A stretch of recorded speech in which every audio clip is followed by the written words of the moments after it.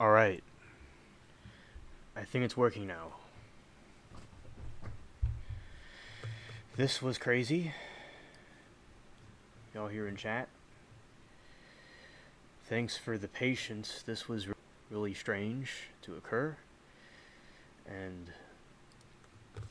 hopefully it's working better now. Okay. And it's not. Let's see. Working again.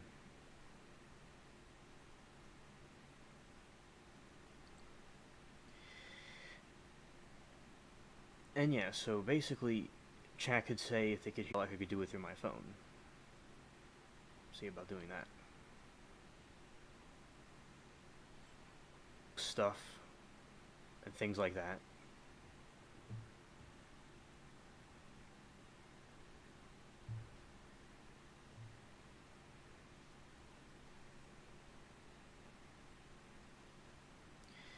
And I see it's trying to have issues.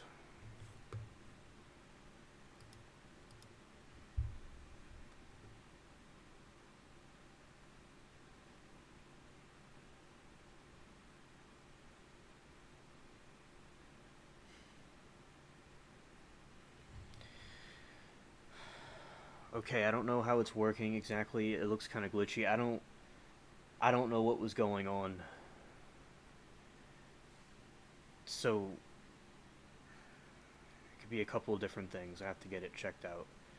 But I'll definitely do more of these to replace this stream that didn't work out too well. You know.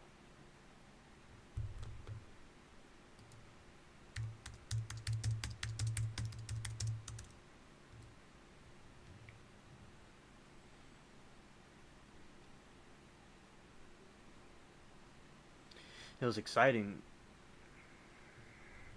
when it was. It was exciting when it was trying to work. Because I remember, because basically I kept on trying it over and over again, and I made the second stream, and finally I saw the blue thing saying go live, and it finally was working. I mean, I know it's buffering, but before I did it over and over again for the past hour, or over an hour, trying to get the other one working. And I go and check on here because I was going to maybe do it through my phone, have a phone stream. The connection would be much better there. And then I see all of you are in this chat chilling. You know, all y'all were hanging out, and I was reading articles, I was doing all kinds of things. Because this happened early in the very beginning with Latina would remember when Alice was around. It would do this. It would have a problem, and it hasn't done this in months. So I'm glad that it's worked up to this point. But yeah, it was. I don't know. It was probably a couple of different factors.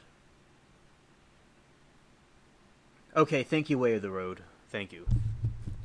Put the thing a little bit closer. Right. So. Yeah. So I want to say shout out to everybody in chat. Hello, everyone. Thank you for the patience. This was horrible that this happened. This was absolutely horrible. This has never happened like this before. It's happened before, but not this bad, ever. As I said, way in the beginning, when I first started streaming, it did this. And I shut down the game. So I wasn't playing the games or anything. I was basically just doing stuff with just reading the articles, trying to troubleshoot the problem. I was not giving up. I kept on trying and trying. This whole hour, or how long I've been doing this, I kept on doing it over and over again on the other stream. Right. Yes, Amanda. I don't give up. I keep on trying. I tell you, everything happens for a reason. And for me so there's no game right now. There's no nothing going on here. It's just, I'm just talking to you all right here. And because I remember, because I had all the settings on OBS correctly. And then it got overloaded. And I did delete some things. I cleared out some space in the computer, and I think that helped. and it could also have been a connection situation. It could have been a variety of different factors. It could have been a million things.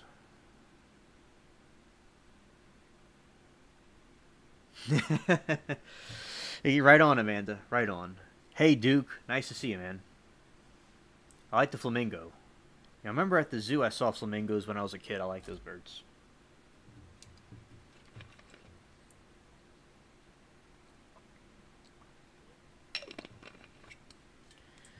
Yeah, so the other stream is redundant. The other one's redundant. I'm just looking through chat. I saw it before, like I went live, but I'm gonna thoroughly look at it. All right, be right back. Hello, mothership went by us. Oh no, my car doesn't fly yet to catch it. Yeah, the flying car is ridiculous. Yeah. Hey, how's it? Ray of the road, doing pretty good. That's awesome. Play here. I'm glad that didn't unplug Alien's computer. Not me. I think they're trying to cancel him. They must be dog people. Those cat videos. That's funny, Amanda, about the cat videos. Yeah, there you go. I want to get some of the lizard people merch. Yeah, from the WF. I've been through for real, trying to stop anyone getting through. It's out there.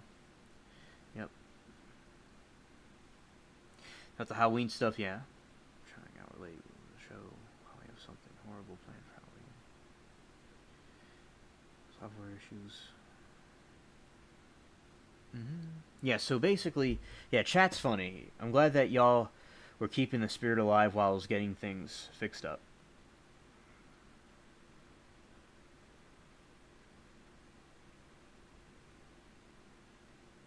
Yeah.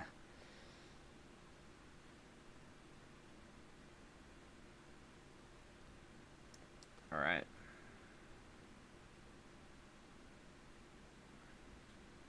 It's all cool, Amanda. It's all cool.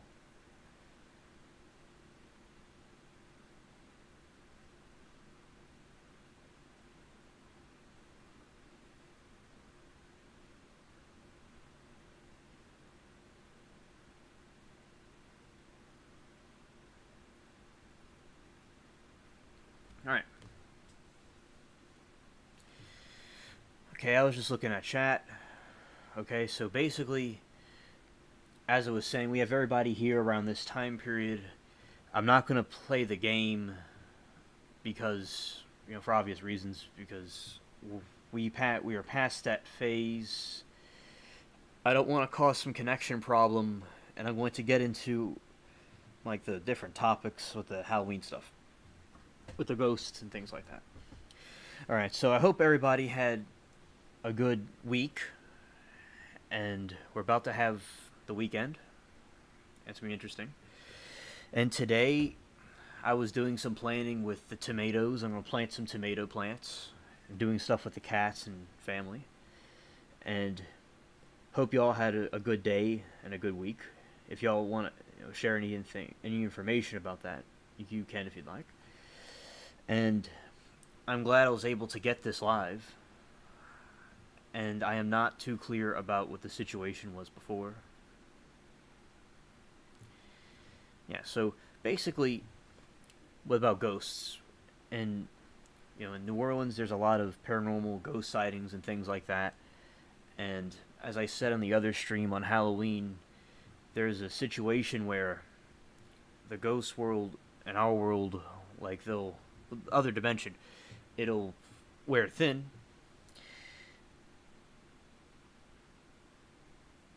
Yes, I have the best chat in the universe. That's absolutely true. Yes, indeed. And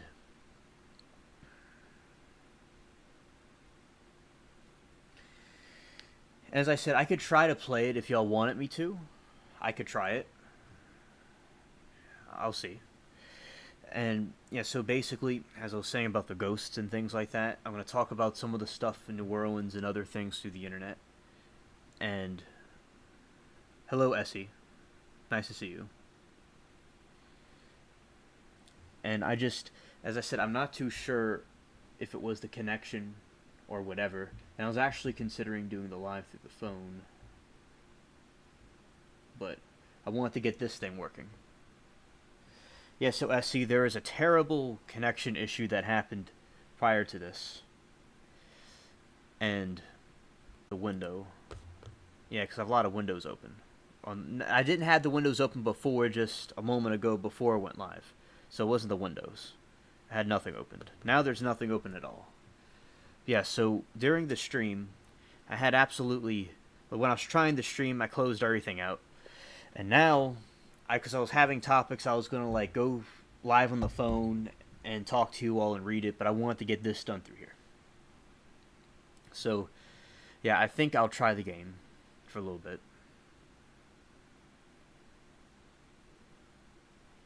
Yeah, he missed the exciting beginning. He sure did. Yeah, so also New Orleans is known for having a lot of vampires and things like that. And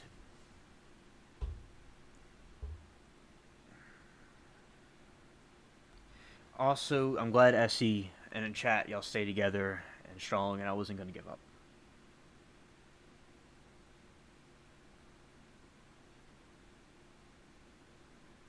Oh, Way of the Road says, when I first moved to New Mexico years ago, I was partying with some people, and a few of us went way out into the country to a place that was supposedly haunted.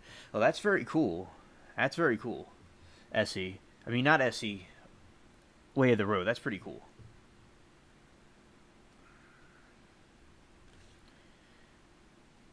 And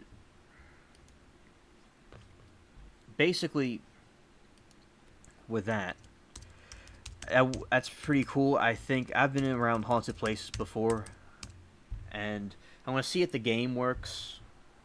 Yeah, the game was having some updating stuff.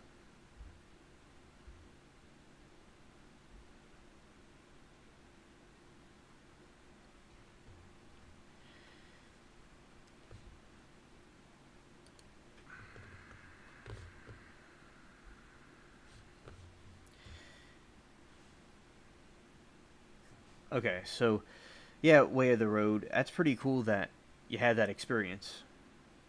I mean, it's not pretty cool, but basically, what happened was, so he says, fast forward, and he was drunk and making fun of them and got into a fight. Wow, that's an interesting story.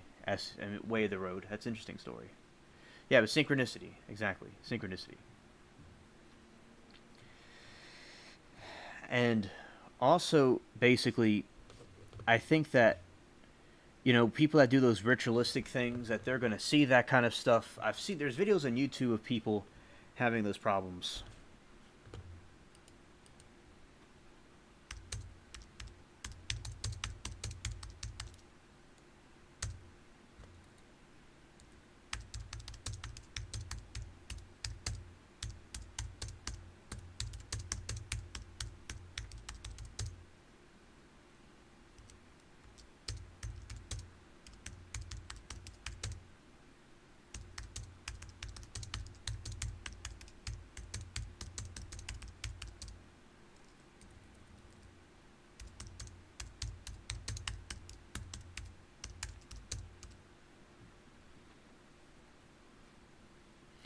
Alright, so basically I tried to start the game, and since it needed some update, it ruined the signal for a second. That's why it was buffering.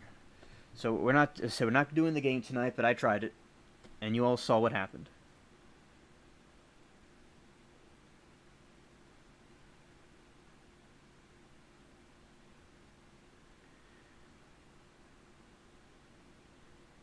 And yeah, so hopefully that's better. And Way of the Road, but yeah, synchronicity.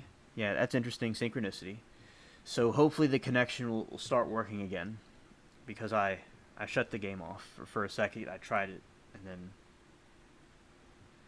and whatever. So yeah, so basically, yeah, because people that do these ritualistic things, and people that try the summon stuff in the haunted places, they will see ghosts and things, because it's the demonic entities and evil spirits trying to masquerade as things to deceive people, like with some of the aliens that we see. And he said, I didn't even know it till here for like a year, and this was the place. Yeah, so that's an interesting story, Way of the Road.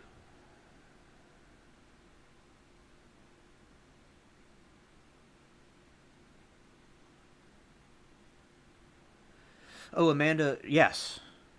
Yes. I'm going to talk about that too. And I'm going to start with the ghosts and things from the various different sources, and then we'll get into that. I'm looking for the connection to. It's still doing good. All right, thanks, Amanda. Thank you. All right. Oh, Way of the Road. That's very interesting synchronicity. That's a very cool story, dude.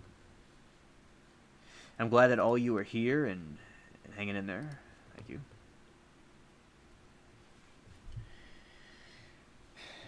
Yeah, so basically, I'll talk about the vampires.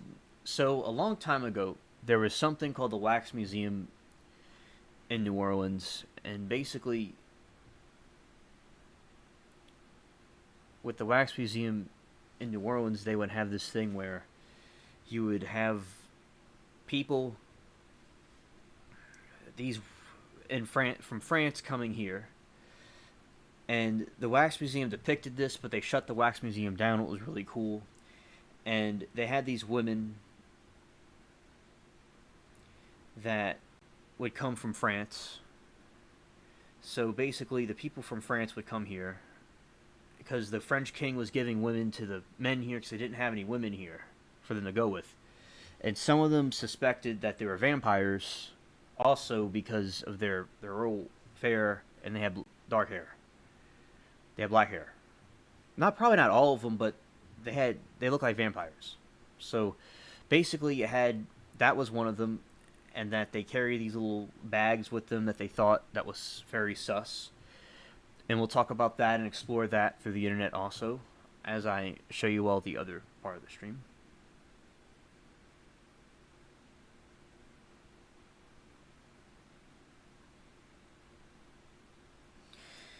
And so, yeah, so basically, with that, that's very interesting with the vampires, and also there's werewolf stories from down here, also, and I'm going to focus on the ghost stuff.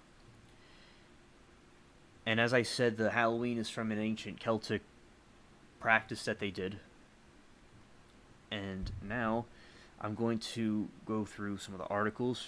In a moment, I'm going to now put it up.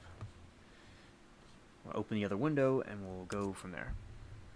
I'm not going to open all of them at once because I don't want that causing overload. Okay. All right.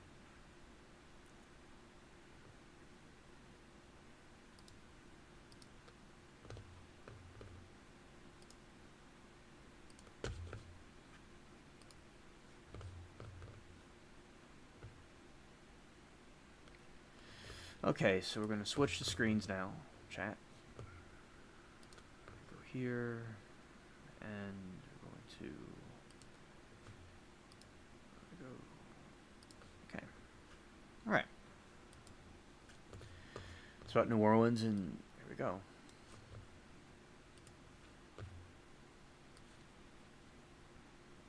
All right. So 16 of the haunted spots in New Orleans. We're going to talk about some haunted places down here. Okay, and here.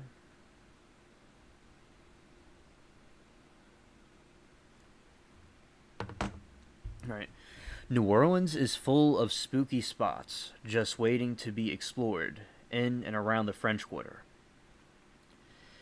Why not grab a Go Cup and take a stroll? Here are the 15 most haunted places in New Orleans.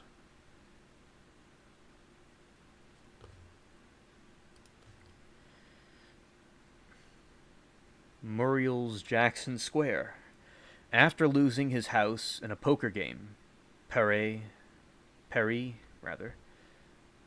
Antony, Leparde, Jordan, committed suicide upstairs in 1814.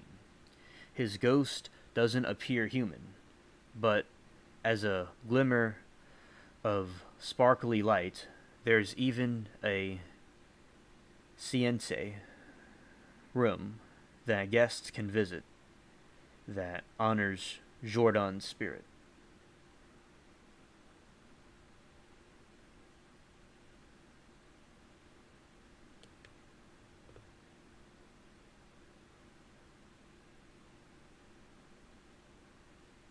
Yeah. Shout out to Essie, Alien's Backyard. Le Petit Theatre. Here you might bump into an actress from the 1930s named Caroline, who accidentally tumbled over the railing to her death in the country yard below, dressed in white wedding gown for the play that night. You might also run into the captain who watches plays from his balcony seat, hoping for a glimpse of an actress he was sweet on. So this is another instance in the French Quarter about that. And there's a lot of haunted places in the French Quarter. I've been there, and I've been to the hotel a couple of times, and it's it's literally right over there. Like, right over there. That way. I'm kind of like in the country part of New Orleans. Like, I'm like in the, where there's not a lot of people, and there's more ruralness about it.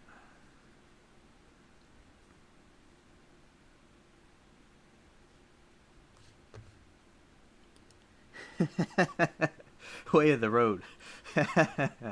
He's on fire tonight. All right, so that's some of the French Quarter, and I got some French Quarter stories for y'all. That's gonna be funny.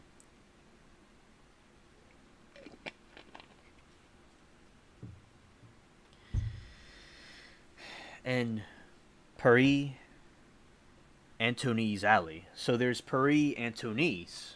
Uh-oh. So Antony is haunting New Orleans. That must be who they're talking about. Way of the road. So this is where... So Antony's in New Orleans. Not in Tennessee.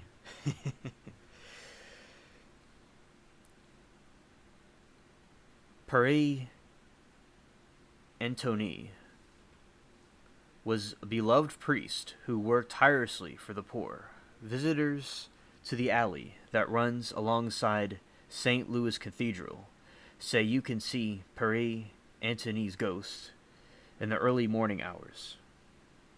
Clad in capuchin, black, and sandals, rather. It's just the outfit he would wear. It's like this cloak, and he'd wear sandals. He's also been seen inside the cathedral. There's a famous cathedral in New Orleans that they're talking about. Oh, yeah, so... Yeah, not you, Anthony. I'm talking about the other Anthony. The one that's... The other one.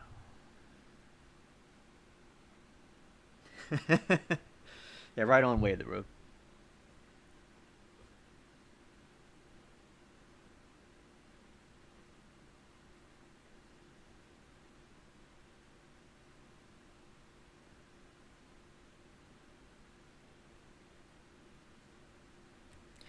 Site of the old French Opera House.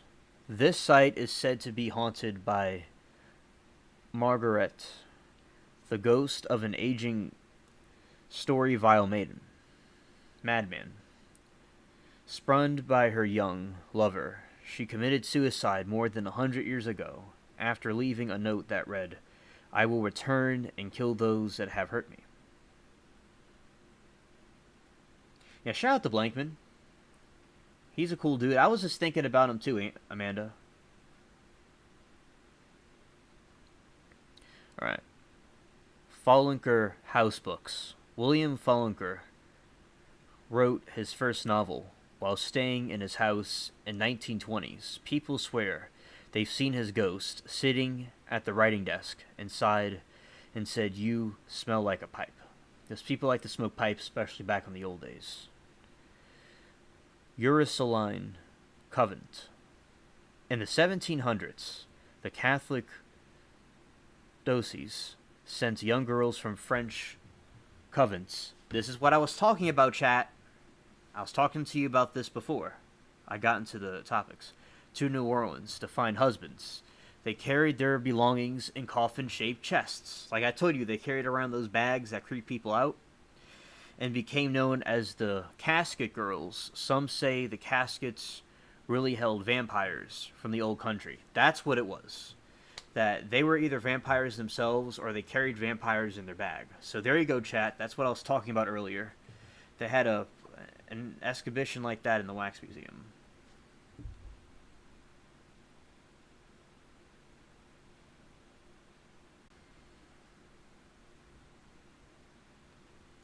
Glad that she's here with us, and she's also chilling in the garden. Alright. Yeah, but shout out to Blankman. He's a Demon Slayer. St. Louis Cathedral. St. Louis Cathedral is believed to be haunted by Pere Dagobert, pastor at St. Louis Cathedral in the mid-1700s. After worship, people have seen Dagobert's spirit walking with his head lowered through the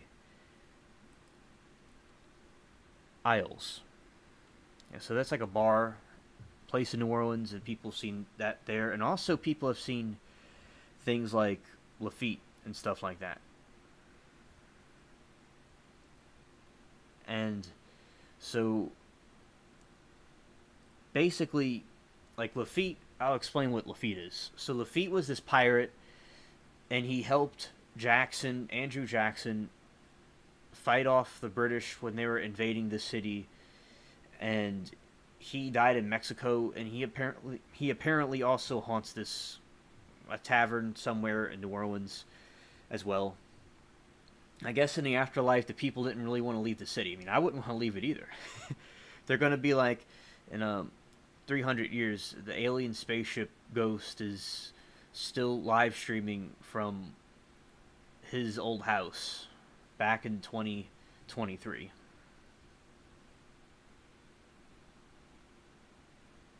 Yeah, Way of the Road. I remember that place. Bunch of people playing music and stuff on the street. Shout out to Essie and Anthony McQuaid. Glad you're here. And everybody. Awesome people. Alright.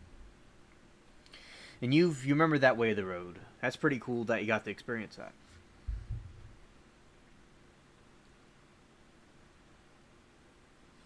Alright. Old Absinthe House. This 200-year-old bar is haunted by famous customers who used to imbibe there. You might pull up to a stool next to General Andrew Jackson, Voodoo Queen Marie Laveau, or the pirate Jean Lafitte. Those are the sightings of people that they've seen.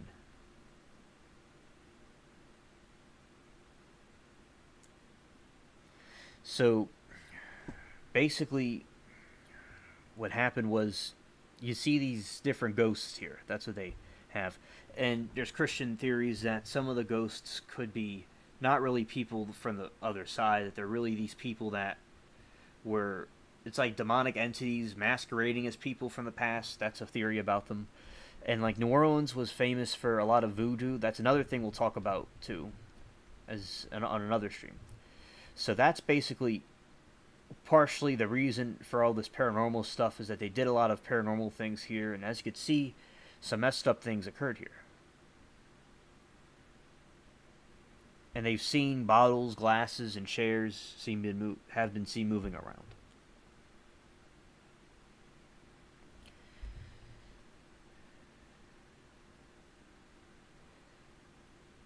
The Bourbon Orleans.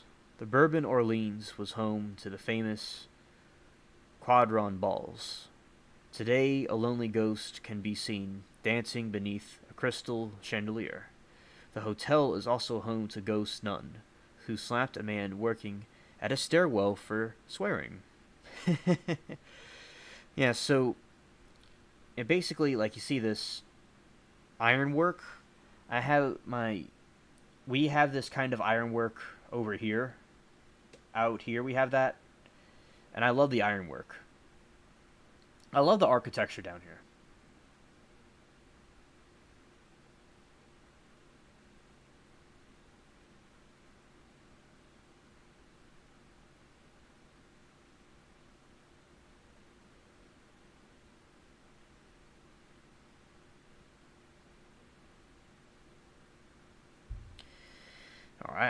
So that's pretty cool, and they have the different flags and stuff here. And there's Anthony's restaurant. So Anthony has a restaurant. It's sad that Anthony Alcator, the founder of the famous family-owned restaurant, returns to check up on his ancestors' other spirits in the 19th century, clothing peer from mirrors in the washrooms. Like, it has to be freaky to, like, and very fascinating and interesting, these people that have seen these paranormal encounters in New Orleans, like how they've seen these apparitions and things, like dressed in the 1700s clothing. Yeah, that's to be pretty interesting. And I have seen things fly off the table and stuff. And there was a situation last night over there. There was some strange marbles dropping on the ground sound over there, and I went and checked last night, and there was no. I mean, I had a paranormal experience last night.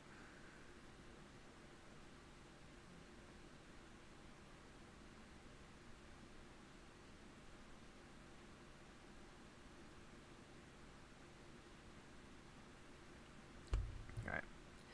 The Herman Grimm House, built in 1831 for purposes Creoles by prosperous Creoles. This house is said to be alive with pleasant, friendly Southern ghosts who scatter scented rose and lavender around the rooms and light fireplaces to make it cozy. Yeah, that's interesting. Yeah, and Way of the Road says, I bought steaks, the budget kind, steak chunks, but even those have gone up like $7 a couple of weeks. Yeah, facts, Amanda. I'm glad you also like it too.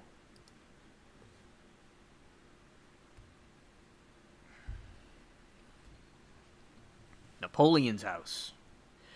So I'll tell you about Napoleon and his relation here.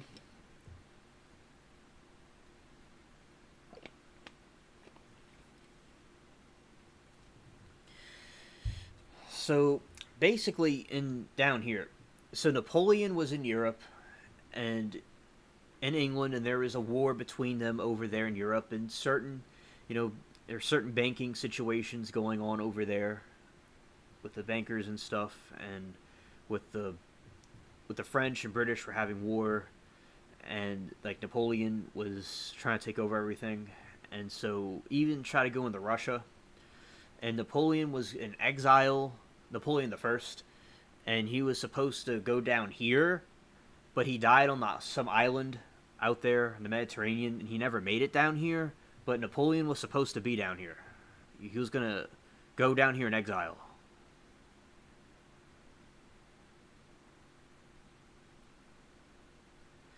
Okay, Amanda. So basically, in my house, there's been like sometimes there's noises from the walls, like tapping. That's happened, not recently, but has happened. Also, like say a bottle flying off the table and no one is there, or off the dresser, something flies off the dresser. And also last night there's a ghost stories or something like that. So basically, my mom was hearing something over there, and I was like some marbles, and they thought it was me doing something with the hose, because since the house is cracking, I'm putting the hose in the side of the house to water the foundation. And so basically, she thought she heard some marbles, and I went and got my gear together and checked to see if there was anybody over there last night or last evening that wasn't supposed to be there. And I actually took a video of it. And so basically, I checked with the big flashlight, and there is nothing. So that could have been a paranormal thing. And one time, I was in the back in the cat room, way back. It's like a warehouse we have where we have some. Let's just say it's a garage where we have some cats in an enclosure. And I was in there around 2 in the morning one winter. I was watching I like watching Judge Judy. I think it's funny, entertaining, and I was watching that on my phone, and I thought I heard some knocking coming from the wall, and that's not supposed to make any sense. So it was either a possum or something else, and I'm like, oh, that's interesting. So those are some experiences I've had. and sometimes I've seen strange things like in my life around the streets and stuff, but nothing too crazy. God willing, nothing too crazy happens. And this house and the other house was blessed before, so it has a history. Remember, this house and the one next door is like over 100 years old, and it looks like it has this very old architecture to it. And I'll continue with this next part, and I'll get to more stories about the French Quarter stuff and get into more ghost stuff.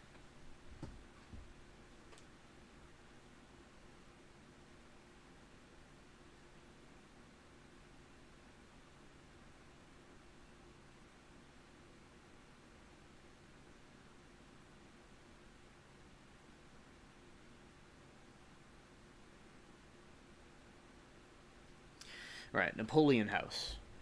This now eatery bar has been. Yeah, this bar is built around the 1800s, around 1800, which has led to a variety of different specters haunting the site. Because it served as a hospital during the Civil War, the ghost of a Confederate soldier can be spotted walking the second floor balcony. Other common ghostly phenomena are from the 20th century and figure of a little old lady sweeping the balcony and a mysterious reappearance of glasses on the bar once everything has been cleaned and put away for the night. So yeah, that it was a hospital, and that's very interesting. The Civil War was an unfortunate situation.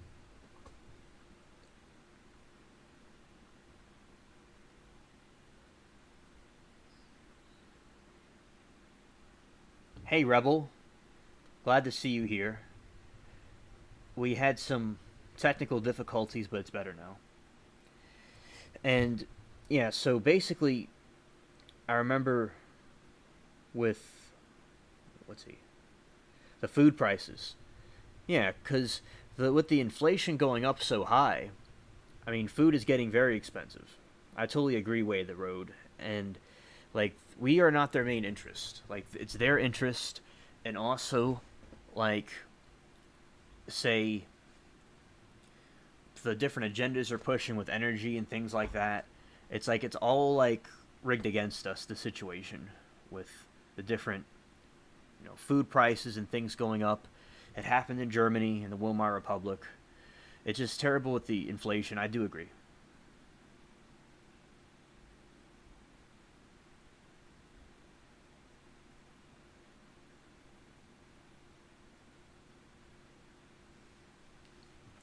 Yeah, Rebels. So basically, I was trying to get my other stream up, and it was having some technical issues. I don't know. It could have been a combination of things, and I got it fixed now on this other stream.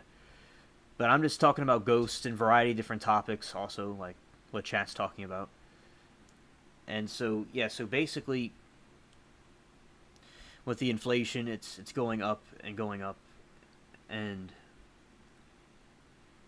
he bought salmon. Oh, salmon's very good for your health, and salmon's good. Grass-fed bison's good. And another thing is about nutrition is like bananas, like green bananas.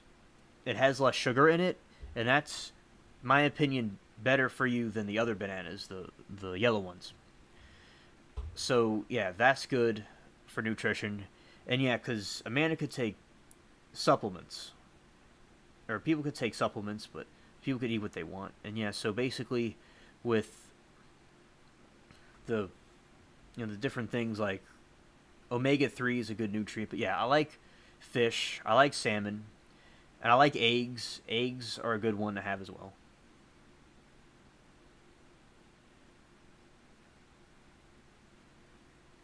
Yeah, that's good. Way of the road. That's good. Pumpkin seeds are good. Speaking of Halloween,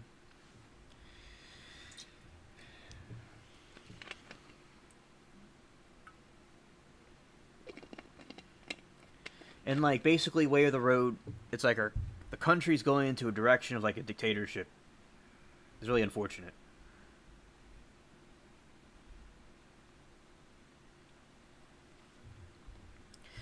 Yes, and the next ghost story is Marie Lavu's house.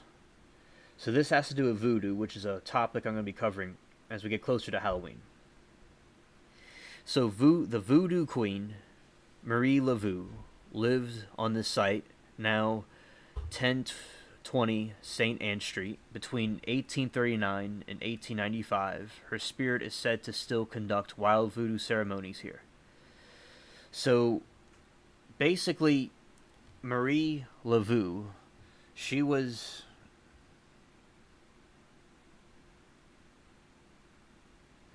So, basically, with this lady, she was a Catholic, but she did voodoo, so she wasn't really like practicing Christianity correctly.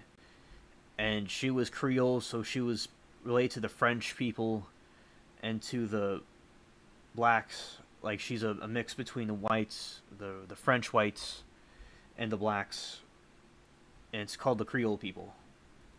And she did a lot of voodoo and stuff, and she like had good intentions probably, but the voodoo stuff's really bad. So she was a voodoo lady down there, and that's not her house. We're about to see a hotel that I've been to, so and I'll talk more about her. So her ghost is seen to be in different areas. All right.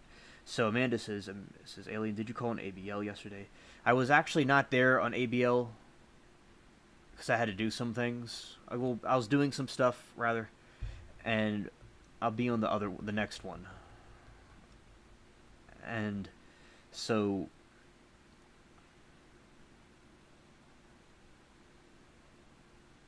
yeah, the fake plastic eggs from China, that's something we could look into. I'm not too familiar with that.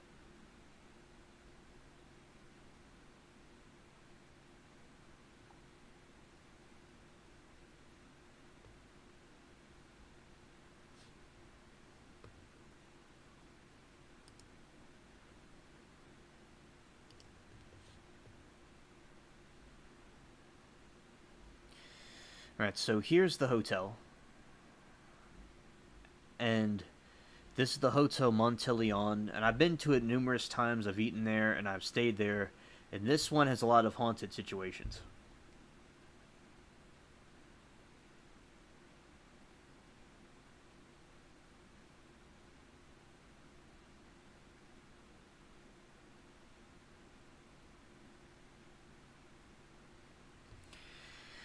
So, a stay at the Hotel Monteleon comes with a dose of haunted history.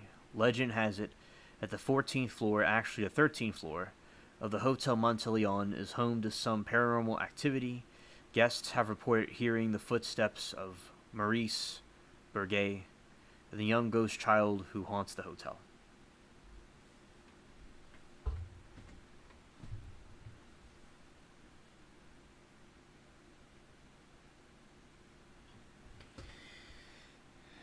And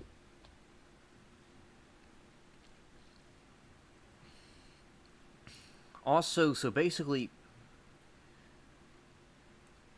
with this situation, I was at the one time when I was at the hotel. I remember it kind of was eeriness to it, but it was a beautiful place, and I really enjoyed it. I remember this one time, I saw like the chain on the door, and it was moving back and forth like a grandfather clock, but quicker. Like I didn't think like a human could. I think just doesn't do that on its own. So that was a paranormal sighting that I saw. Like I saw in the hotel, I saw the thing going back and forth. I thought that was interesting.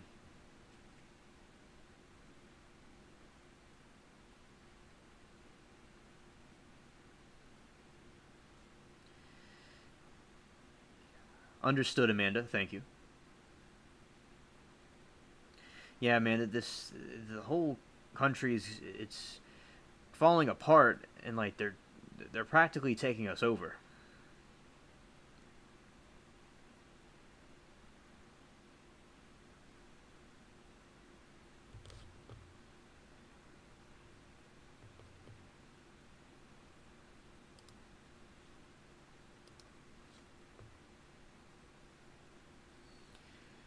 All right. So Sultan's Palace, the Gardete Le Perret house, also known as the Sultan's Palace, was leased by brothers of the Turkish Sultan in the late 1790s. One stormy night, assassins brutally murdered everyone they found in the house. Ghostly forms had been seen there for many years.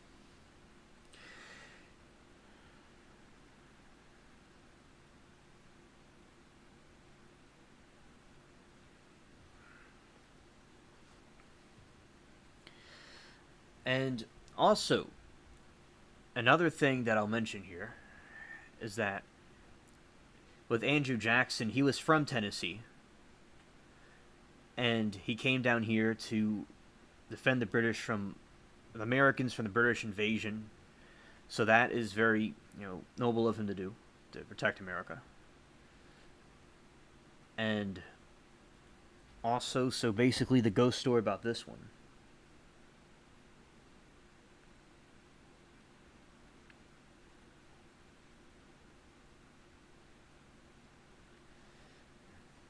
Yes. And as I said, I don't always like how, I liked when, in my opinion, when Anthony McQuaid was a mod there. Also, I don't mind Bina and the other ones as mods, but I just also I I don't like completely where it's going, but I still, as I said, like calling in and things like that. But some of the behavior I don't like too much. I've seen so far, and so that's maybe why some the regulars are going.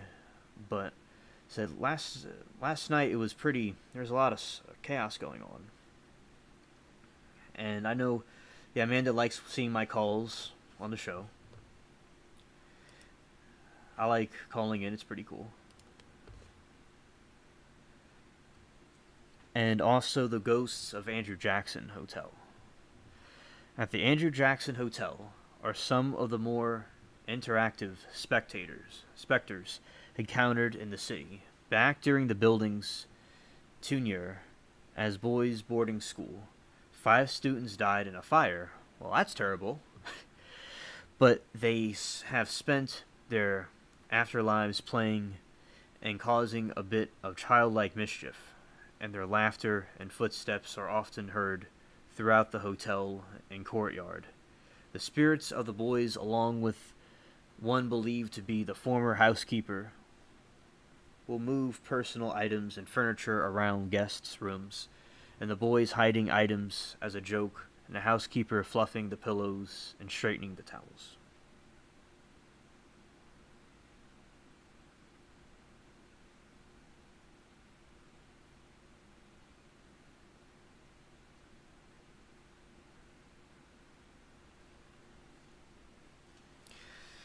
And yeah, so basically, with these different places, you have these haunted sightings, and I've not so far seen any physical person, like, no. And yeah, so basically, the French Quarter, especially at night, it can be a very crazy place. All right, and there's a lot of woke people that have come into the French Quarter. You'll see like the LGBTQ flag.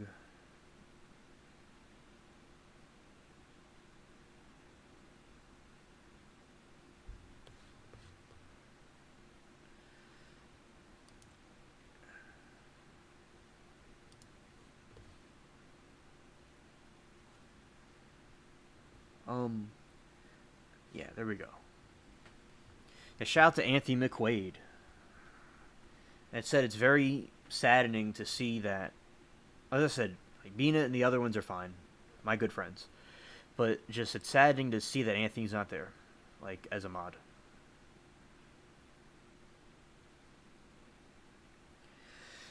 And so yeah, so these are some of the ghost stories in New Orleans that I was wanted to share with y'all, and some of the history about it. And so basically, in voodoo is in Haiti. That's another thing.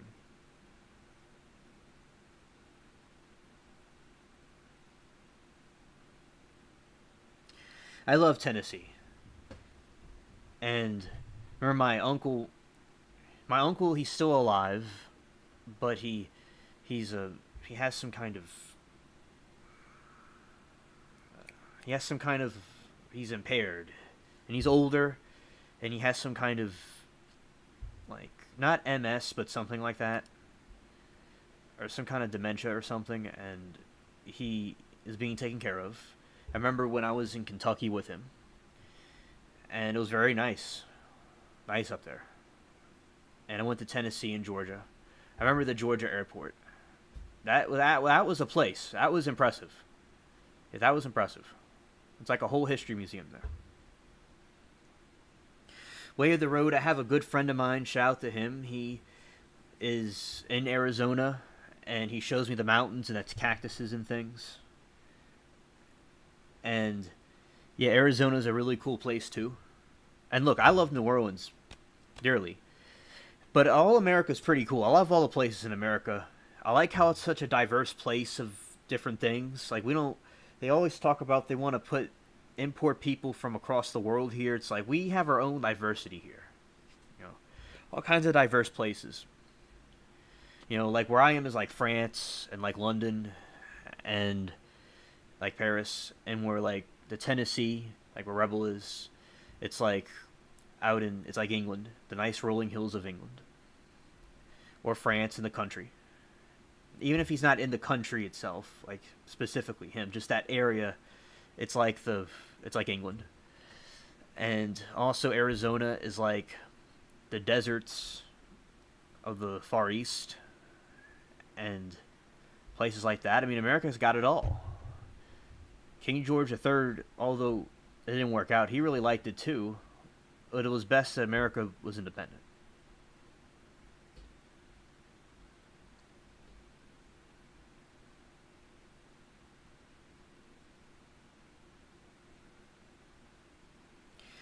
Alright, we're going to check out some more ghost stories that are not specifically from New Orleans, but they're ghost stories.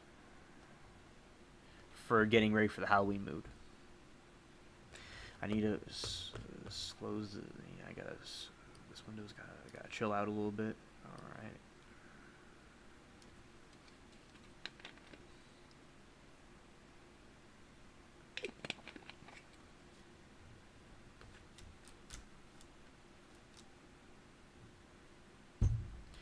Alright.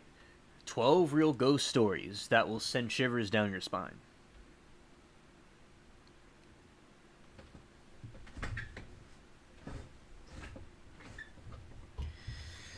Calling only the bravest and the boldest of ghost hunters, these scary stories are not for the faint of heart. The best ghost stories feel so real, so believable, and so utterly chilling that they virtually guarantee you at least one night, if not more, spent tossing and turning while listening for creaking floors and the sound of ghostly moaning. Of course, that is the paradox inherent in scary stories. The better they are, the worse you'll sleep at night. This is true, even if you are a dyed-in-the-wool supernatural believer. You know the type of person who has memorized details about Halloween's origins. It's scared to eye some creepy photos. Test me out. Knows the backstory behind Howling Monsters, spends Friday the 13th reading the Ouija board stories, which is Ouija board stories, but Ouija boards are terrible and demonic and evil. Disclaimer, those things are very evil, don't touch them, chat. There's a lot of YouTube videos of people doing the Ouija boards and evil things happen. You're opening those other realms that I'm talking about, like the aliens and stuff. I talk about the other dimension, like SC and I like to talk about the interdimensional beings. That thing puts you in the really bad situations and opens that up into you. And remember, certain music or certain media things can invoke those spirits as well.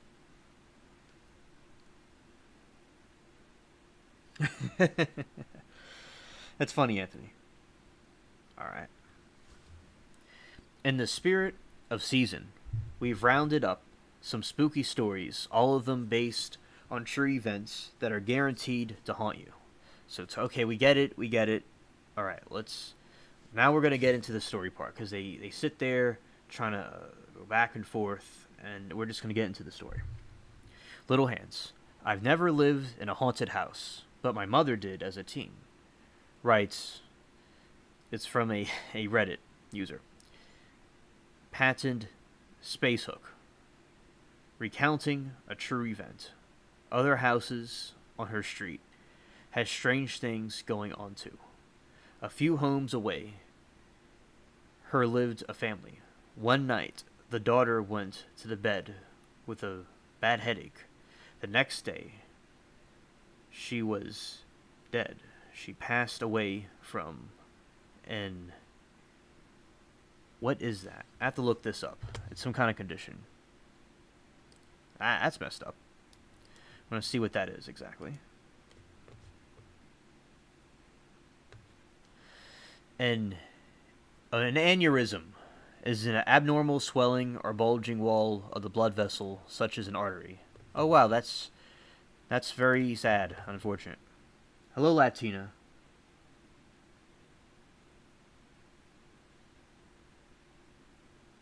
That's understood, Latina. That's understood. So this person had an aneurysm. Alright. After her funeral, the family went away to get their minds off the tragedy, and the father asked my uncle, my mom's brother, to check on the pets. My mom and dad, who were dating at the time, went with him. My mother had heard there was a grand piano. She wanted to play it. My dad was studying to be a veterinarian rather.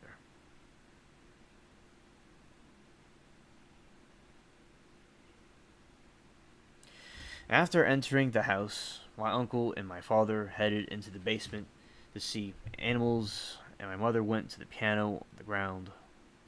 She was playing it when she felt something brush her ankles. She thought a cat must have left the basement and walked past her. She kept playing, and then she felt it again. She looked under the piano and saw nothing. And then again she felt hands clasp her legs tightly. She dashed in the basement door, called my uncle, father, and waited for them. Back outside, my uncle could tell my mom was rattled and asked what was wrong.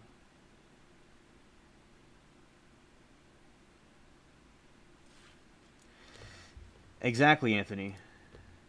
Exactly. And you see, because a lot of these paranormal encounters that people see, in my opinion, which I could be wrong, a lot of them are deceptions, like the aliens and the different things like that, and they're these interdimensional beings that are appearing as ghosts or appearing as aliens and things, or false gods. It's the same thing. So I tell you all this to warn you all, from a Christian perspective, about these things, and also, since it's the Halloween season, we talk about some of these things, but it correlates with the other topics as well.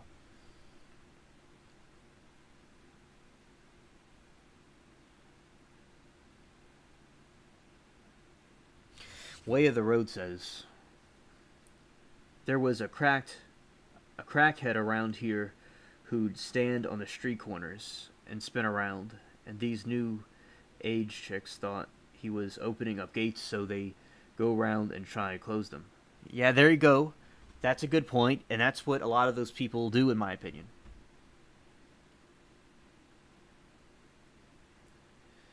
And Latina, thank you. I'm glad that you told us hello.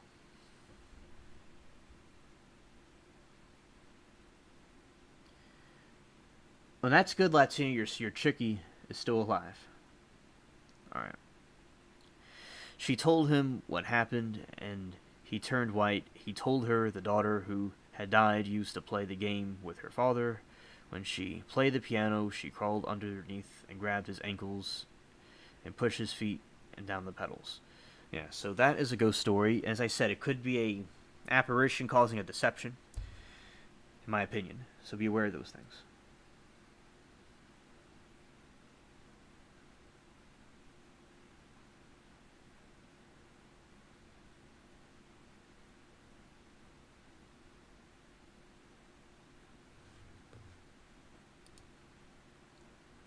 Yeah, see, like with my channel, it was geared towards this kind of stuff with the aliens and the conspiracy theories, and the the things I ran was to direct at certain people. But yeah, see, that happens to me sometimes. People unsub for certain reasons. It's happened before to me with different. Like, I'll talk about the news or something, and sometimes I've lost people because I talked about, like, the news, but it's important to talk about. We also talk about that. And let's see about the Phantom Patient. And also, I'm going to get into more stuff about New Orleans as well after this. Right. The ambulance company that I used to work for had a haunted ambulance ring 12 recounts this Reddit user. Zerbo. A lot of ETMs had stories about it, but I never put much stock into the paranormal stuff. That is until I had my own experience with Rig 12. My partner and I were working in a rural community at 3 a.m., and it was pitch dark and completely quiet. We were both dozing. I was in the driver's seat, and she was in the passenger seat. I woke up to a muffled voice, but I thought my partner was talking. I told her I was trying to sleep and closed my eyes. I distinctly heard a male voice say, "Oh my God, am I dying?" followed by a few seconds of heavy breathing. My partner and I sat up straight and looked back into the patient compartment, where it sounded like the voice had come from. And Peach and SC have some stories about these situations because Peach was a former nurse and SC currently is still a nurse. Things were quite quiet for a couple of seconds. Then we heard the click of an oxygen bottle regulator and a hiss, as if it was leaking. I turned the lights on and we ran out of the rig, and I thought the transit might have climbed in while we were asleep, so we were open to the rear doors. No one was there. I checked the oxygen bottles. Neither was opened. We didn't sleep much after that. Yeah, so that is an interesting ghost story, and there's a lot of these paranormal situations that happened with these people, and as I said, I think it's some fallen thing, interdimensional thing messing with people.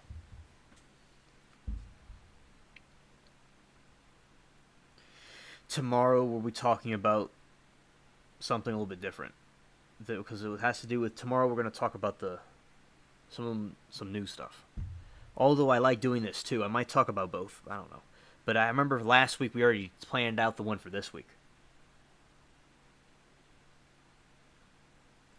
Oh, Way of the Road. That's a cool job, and that's cool you do that. And I love scary stuff and like haunted things and like this type of gothic stuff. I'm not like necessarily a gothic person, but I like a lot of these type, spooky things. But of course, I'm not satanic or evil or anything. I don't do stuff like that. My neighbor Diane and I had. So this is the impish ghost. The imps, that's some kind of a demonic thing. Yeah, that's a demonic thing. As I said, if anyone felt uncomfortable, they could go if they wanted to. Anyway, saying that, and I saw these articles, but I didn't completely read through them. And I'm reading them as we're both learning together about this. Alright. My neighbor, Diane, and I had played for poltergeist. So a poltergeist is this type of thing. You'll see these YouTube videos of like these cabinets, and I want to say also that God protects us all, and Christ is with us with the angels, so fear not. We're learning this for educational purposes about Halloween and about these paranormal things. So the intentions are not for evil. Alright, so basically the poltergeist, you'll see videos about it on YouTube. So you'll have cabinets and things and doors and stuff open by themselves like a madhouse. Messy.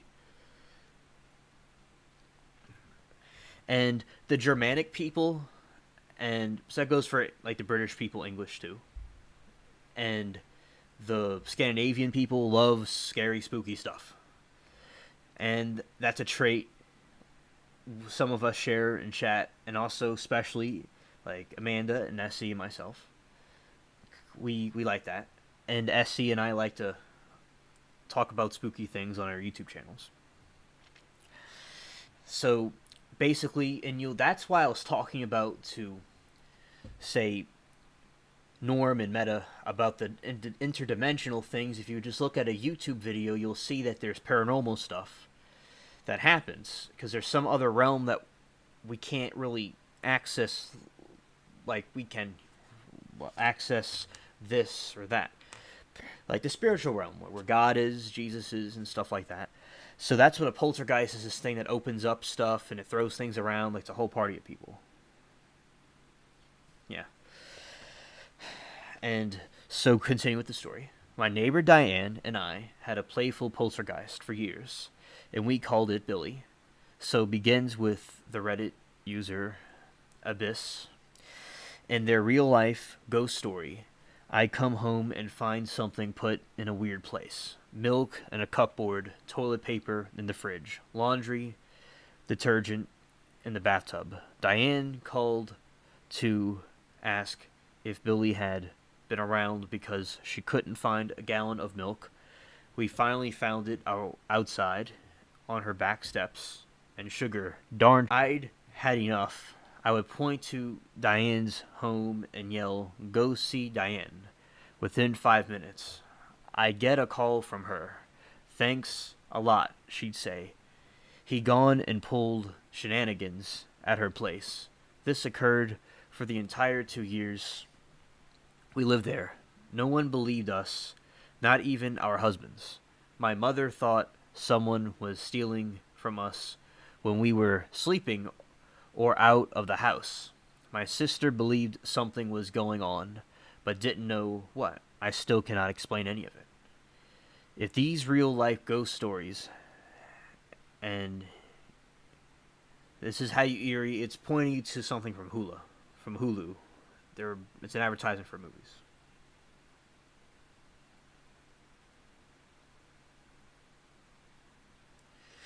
Now that's pretty cool. Way of the Road. In Way of the Road, you can talk about your hikes if you want to in chat. If you want, I'd be interested to know about your hiking adventures recently. Yeah, man, I love spooky stuff too. Yeah, half Swedish. I'm part Swedish also, from a couple of different bloodlines. Also, I'm related to the Vikings. Shout out to them. Because of their colonial empire, they reached the British Isles. And I'm glad I'm related. And yeah, the Swedish Norwegian people, they like to be into that stuff. And remember, there was one time, there was a girl I was friends with that was from Norway. Also, she was into spooky stuff too. And you got this other one with the eerie attic. I love fall.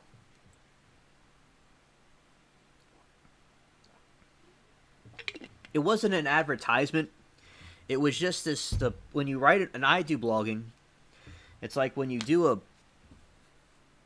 these real life ghost stories have you feeling eerie. Indulge in some fictional frights with the best Halloween movies on Hulu. So it was just a Hulu thing.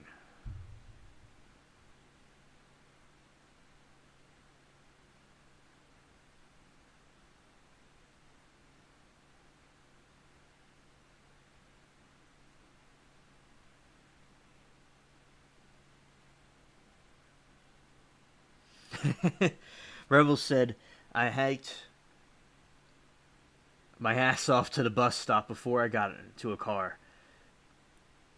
The extent of my hiking." Yeah, there you go.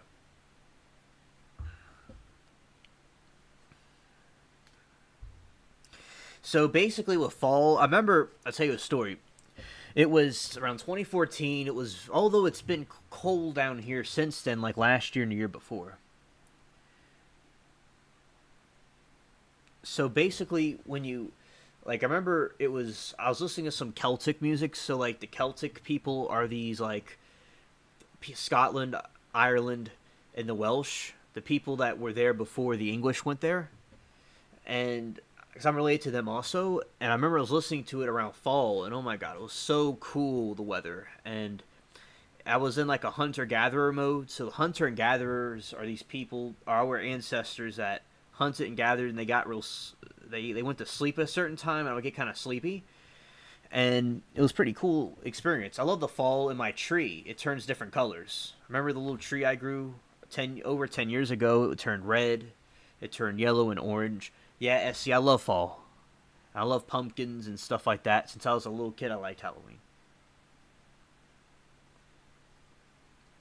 Yeah, way of the road. My friend, who I did stuff with the alien research with, he was his at the North Shore. They own this property, and he was telling me his dad got lost in the woods hiking, and he felt real stupid because it was his own property, but it was a giant woodlands. It was this abyssal woods. I've been into the woods before up there, just endless woods. I mean, it's a little bit confusing, but my friend was a tour guide, and it's his place, and we got out. But I know about that. It's happened to my friend's dad, and he says where I live, just 10 to 15 drive to a lot of hiking spots, so I always go out there in the weekends. And well, it's good with his dog and his dog friends. All that's cute. Yeah, man, that people get missing on hikes because there's a lot of, people get lost or there's creeps and stuff. People got to be careful. I just do it on my own, like, estate. In this place, I just do it here, or my friend's place, I've done it. Those are the two places I've hiked. Well, I went to Kentucky and did it, and I did go to the battleground, the Civil War battleground, and I saw some ghosts up there. Speaking of ghosts, I was with Max, the Native American dog. It's a beautiful dog. And I was in Kentucky, and I was by a cannon that was used in the Civil War, and there was a dog that was barking, and it was barking aggressively at something that was standing next to me. Not me, but in front of me. So that was a ghost encounter I've had. That's another one, but not in New Orleans. This was in Kentucky. So it was a very interesting battleground. Another thing about Kentucky, when my great aunt and uncle were up there was this tomahawk that the people that owned it before them found, and they hung it over the fireplace for dark clay, because I liked dark clay. You could use it for things. And just finding artifacts and stuff. And I would find artifacts in the 50s, in the 40s, and I found, like, parts of plugs, and, like, hooks, and, like, nails, and big things like that. In some sentiment colors, because this place was filled in with shells and different stuff to make it to a land.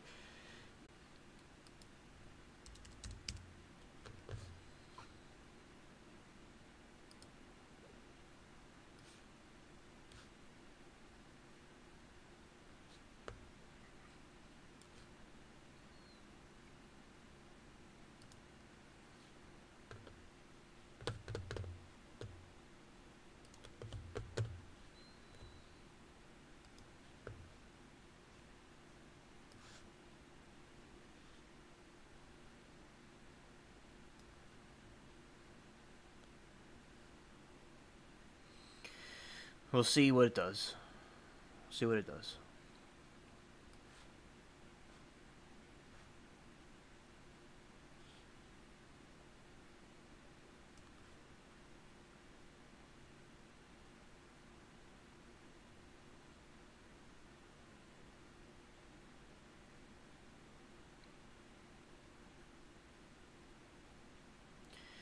I'm going to try this before.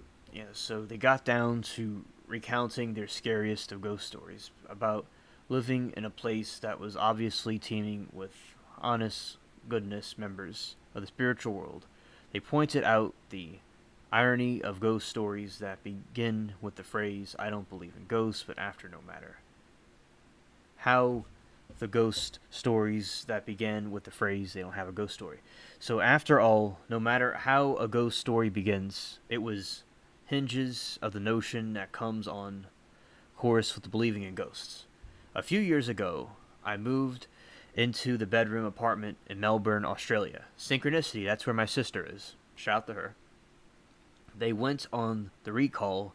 It was my first time living on my own.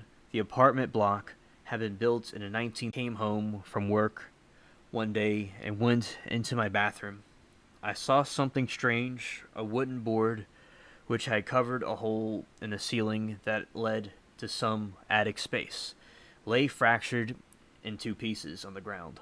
I examined the pieces and the board on the inch thick, and it would have had been taken brutally to break it. I thought the landlord had sent someone to work on the attic. I was frozen stiff with fear. Someone is up there for sure, I thought. I emailed a picture to the landlord, asking if anyone had been there, with an undertone of annoying me. Her reply was, "Please call me as soon as you are able to." I called, and she explained that her last two tenants had said something happened. She promised to replace the board, she said. A month later, I woke up one night around 4 a.m. My body was covered in goosebumps. It felt like someone was rubbing his or her hands on me. Everything was silent, but then I heard a dragging sound coming from above my bed. It was as if someone was pulling a sack of potatoes, froze, convinced someone was up there. Wow. There is no way an animal could make that sound. After 5 minutes, I woke up, worked up the courage to turn on the light, armed myself with a cricket bat, and walked to the bathroom. That's when I saw that new board covering the hole was broken in two. Felt sick. The dragging sound had stopped, but I heard something else whispering. The sound was clear and coming from the attic. It sounded like children's voices, and I could hear one sentence repeated over and over. "It's your turn, it's your turn." You see, this is a situation like you see aliens or you see these things. Not you people literally, but basically, like, these things are just, you get a cross, or you don't need a cross, but you just say you rebuke it in the name of Jesus. Amen. And you could also load some lead and knock them. And I switched on every light in the apartment to make things feel normal. It was 5 a.m. and dark outside. I watched TV to try to unwind, and then a fuse blew. My pet, Bungie Dexter, whom I kept in the kitchen, usually never made a sound at night, but he started squeaking like he was being strangled. I never heard him make those sorts of noises. He was screaming. I grabbed my car keys, ran out, sat in my car, and waited there until the sun came up.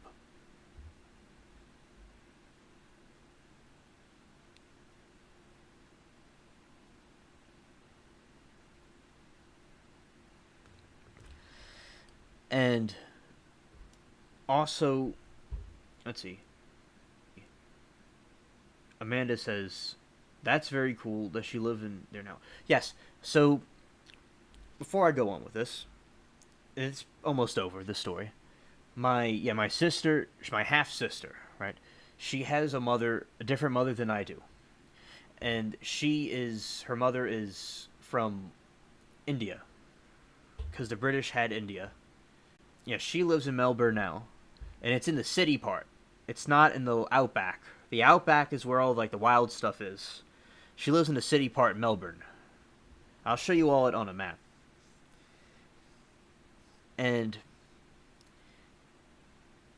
continuing, when I saw people walking their dogs, this comforted me enough to go back in. The front door was open, but I figured I might have forgotten to close it when I ran out. I went to the kitchen to check on Dexter, but he wasn't in his cage. I felt sick again. All of my windows were closed, so I looked everywhere inside. When I walked to the bathroom, I heard splashing. Dexter was half drowned in the toilet. Oh my. I took him out and washed him and dried him. I was confused at 10 a.m. At 8 a.m., I called the landlord and gave her a watered-down version of the night. "Oh, wow, you heard the whispering, too," she said. "Yeah, it sounds like a house of spooks, definitely." I stayed in the apartment for another 18 months. I heard the whispering on a few occasions. and twice the board covering hole, and the ceiling moved. Although I live elsewhere now, the landlord recently called. She said that her new tenants had begun to speak with me about the same stuff that is going on there. Forgot it was a problem now.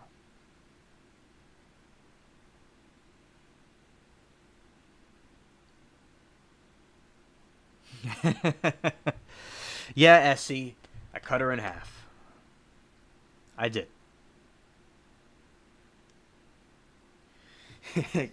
Getting metoed by a ghost. Yeah, and so this was, from Reddit. That's a controversial place to some groups, and I think it's these stories. If this is a true story, hypothetically, the way it would happen is because of these people. Some person did witchcraft, or like Rebel and I were talking before about voodoo. Someone was doing something like that and let something in, or somebody just making it up. So yeah, that's why it's stay away from that kind of stuff. And we'll talk about how the lady that went to Haiti, you know, she saw all the demonic things that are going on there. But yeah, always take things with a grain of salt, yet with an open mind.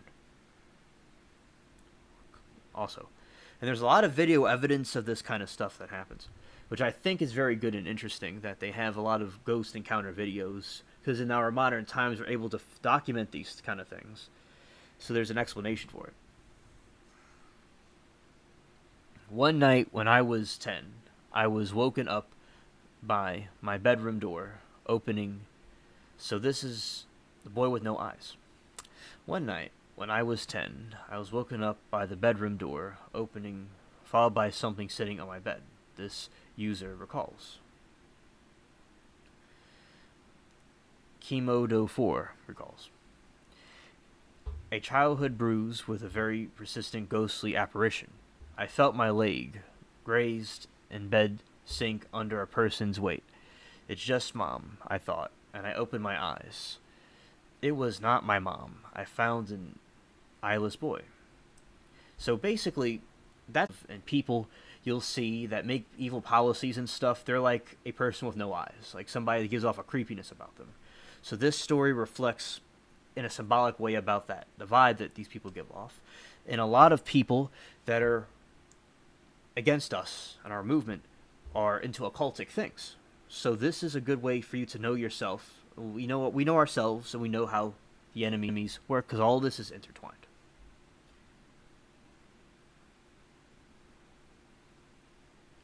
Way of the Road says there's people who really want to see ghosts, to trick themselves into seeing stuff. Yeah, there are people like that, and there are people that are just making up a story, absolutely, and people that are having psychological delusions. And say if somebody's like really is obsessed with it, and they might have an instance, they may draw it in.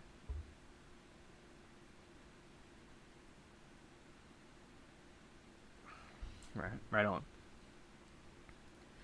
And then found an eyeless boy. He had black empty sockets about my age, sitting at the foot of my bed. He extended his hand, and it was a little box. I was startled, but reached out. He pulled back, and I reached again and said, "Give it." Then I blinked, and when I reopened my eyes, he was gone, but I could still see the imprint where he'd sat on my bed.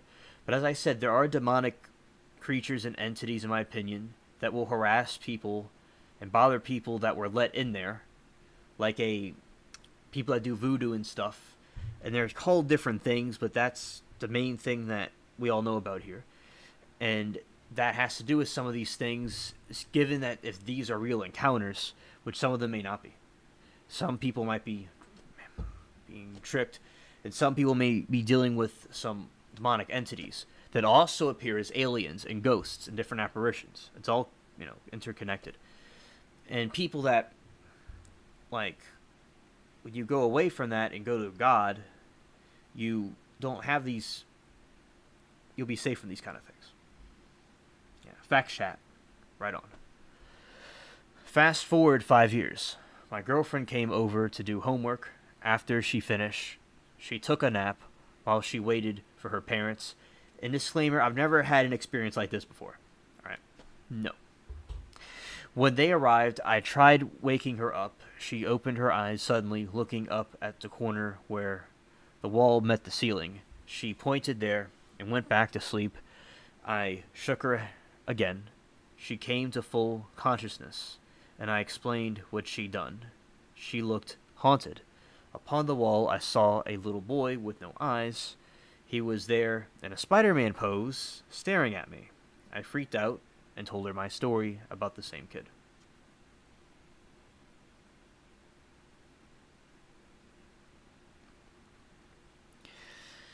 And yeah, because SC and I like to mess around with each other. It's all good.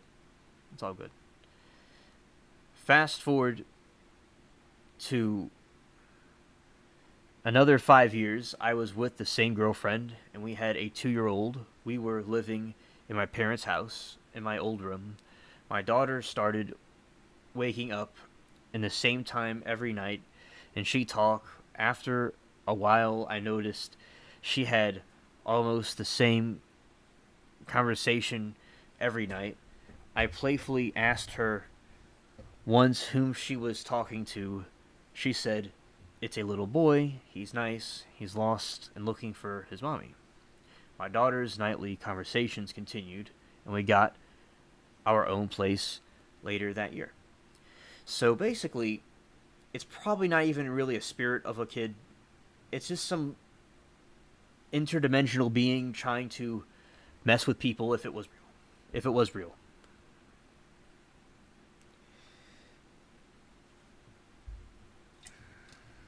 Alright.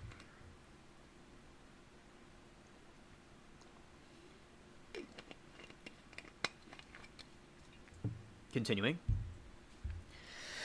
Here is a story that dates back to 1910, but almost any student at Huntingdon College in Montgomery, Alabama, should recognize it. And that's because the events that led up to it are said to have actually happened. As story goes, in 1910, a young woman who was new to school was known for her love of the color red. Sadly, she was also known for being strange and a loner. Exactly where the road, a troll spirit. And in the Bible, it talks about how the Bible says to test the spirit. Not all spirits are bad. So you have to test them. And it's obviously bad, it's bad. Yeah, so some spirits are trolls. And as the first term got underway, the young woman grew increasingly isolated. Eventually, she took her life by slashing her wrists. Her body was discovered in a red gown, drenched in blood. Then on, students and faculty had been reporting sightings of a young woman dressed in all red. She's appeared all around the college's campuses and figure dwelling in potential isolation. It's often cited as a reminder the importance of being kind to one's peers. As I said, is it story or not? If it's real, who knows? But basically, as I said, they'll masquerade as somebody that died, but they really weren't dead.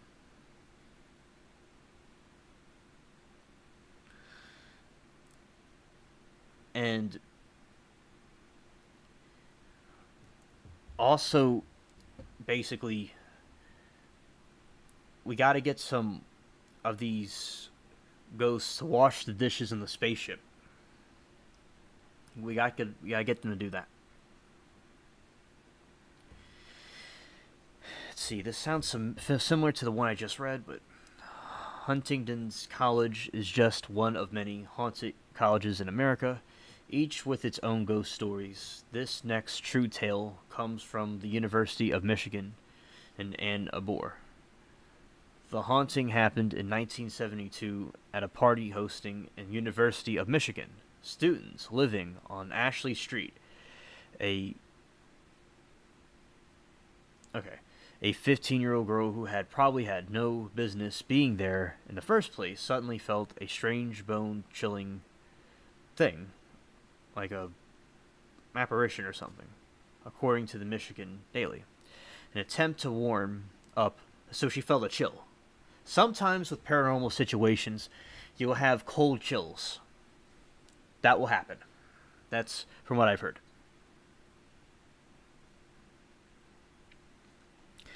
An attempt to warm up, she went upstairs because heat rises, we guess.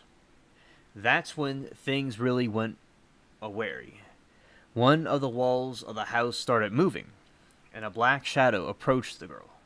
Meanwhile, downstairs, posters were spontaneously popping off walls and falling into growing piles of the floor.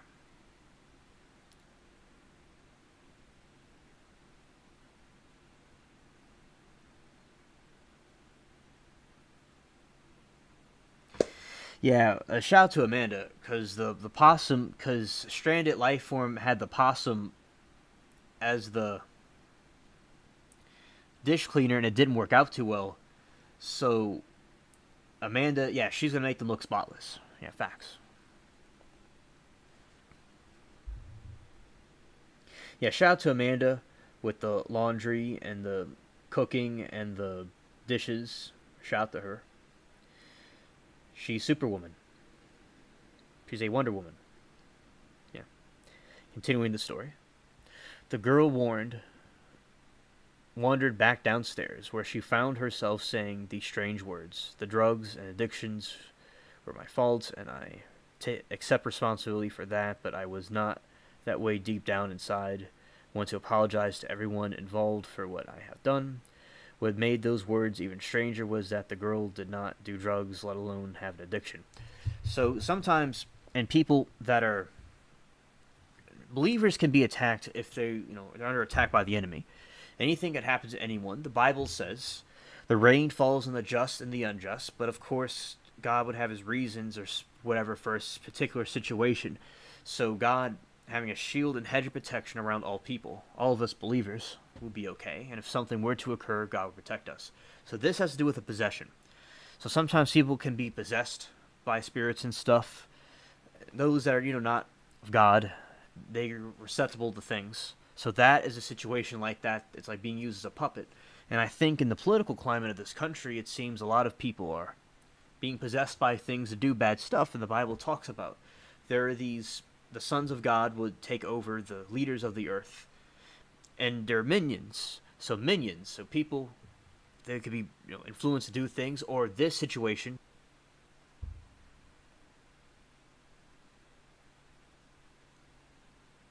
Yeah, shout out to Stranded Lifeform. She'll be here tomorrow. Well, tonight.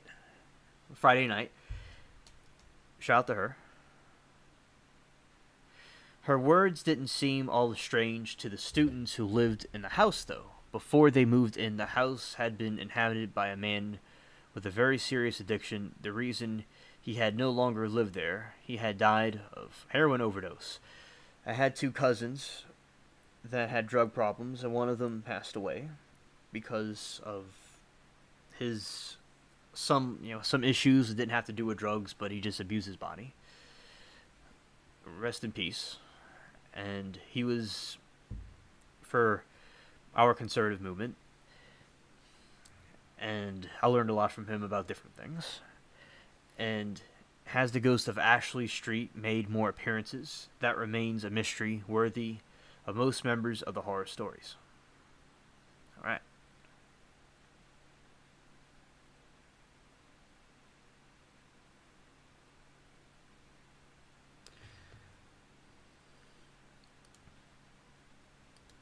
And I think it's good for women to cook and do laundry and stuff like that and wash dishes. That's good. I think it's really good.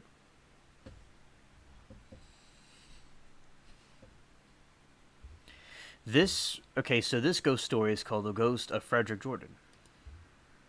Let's dive into this one.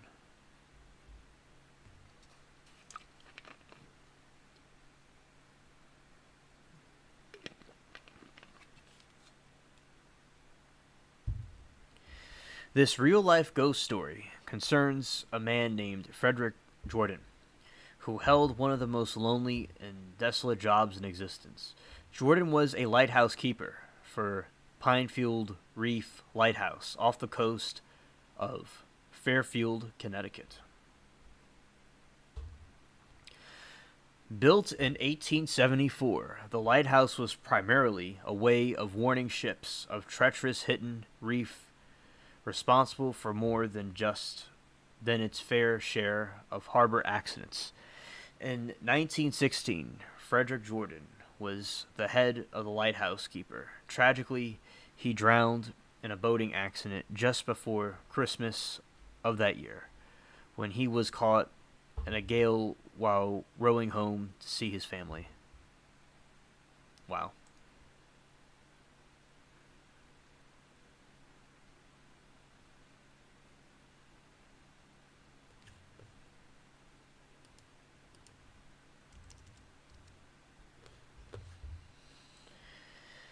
Yeah, I like lighthouses. And in Scandinavia, they have a lot of them. I saw some YouTube videos about it, and that's pretty interesting.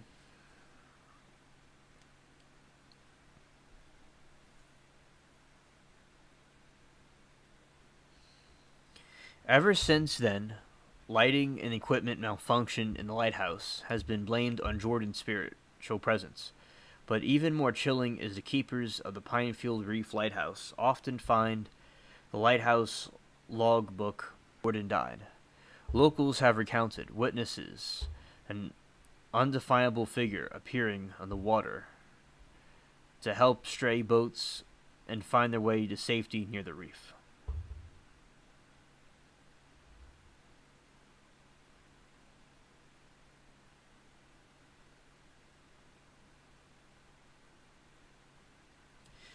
The ghost who came to play. This true ghost story might strike you as more awe than eek, but only until you consider what really have no idea what our four legend friends can sense that we cannot, including the scariest story, can dogs see ghosts? Well, there is plenty of dog experts out there, and cats too, and they're saying in the article, including veterinarians, who will attest the fact that there's a lot of documentation that could support the notion that dogs can sense paranormal activity. Jesse Armandi, DVM, a senior veterinarian for Chewy, put it.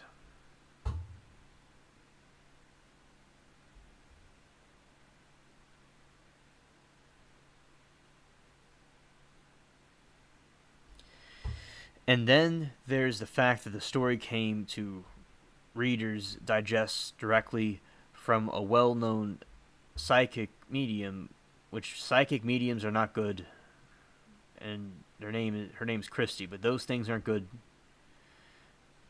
in our Christian in our Christian faith.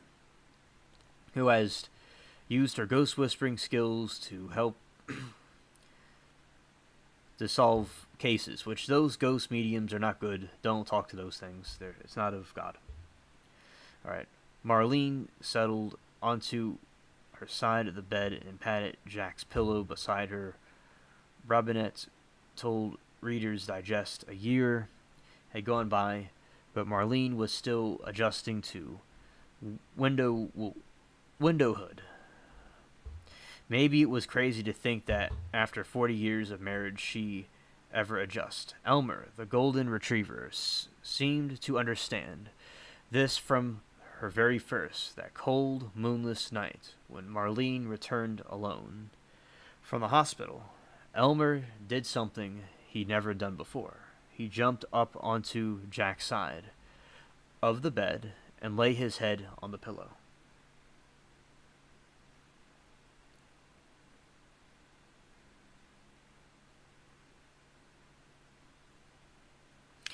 Yeah, shout out to the sandwiches. Jack would never have allowed it. Robinette pointed out, but Marlene didn't shoo him off. Instead, she lay down beside Elmer and let the peaceful sound of his snoring lull her to sleep. Next night, the same, and the night after that. Over the past year, it had grown into the comforting routine, but not tonight. Tonight was the first time Elmer had left Marlene alone to the bed since Jack's passing.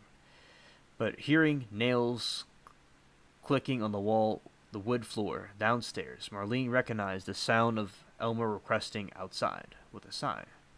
Marlene made her way down to the stairs and foyer. But Elmer was pacing in the front big oak door. Rather, he was dancing and wagging and waggling, bowing just like he used to when Jack would come home from work. I'm funny.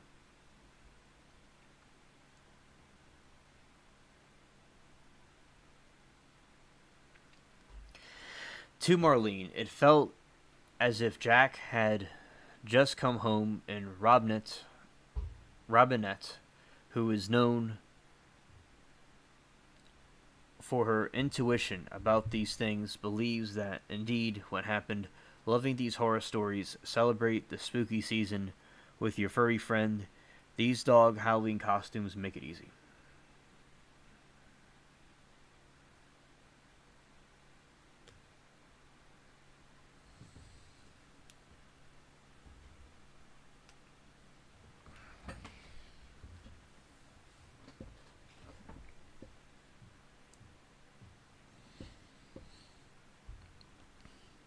And we had the lost colony of Roanoke. I eat sandwiches every day. And shout out to SC Wolverines, Amanda, everybody. Shout out to everybody, but this dude's funny with the emojis. This dude's chilling. Alright. Drink some water.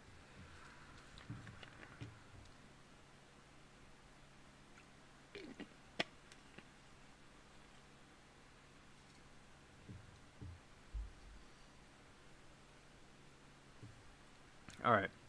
Roanoke Colony was one of the first European settlements in the United States, located on an island off the coast of what is now the state of North Carolina. I love talking about America history.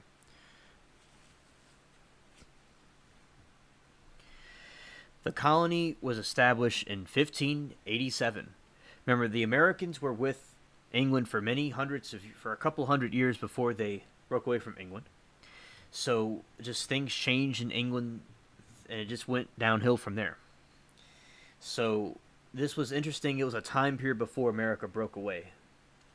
And the colony was established in 1587 under the auspice of the first Queen Elizabeth I.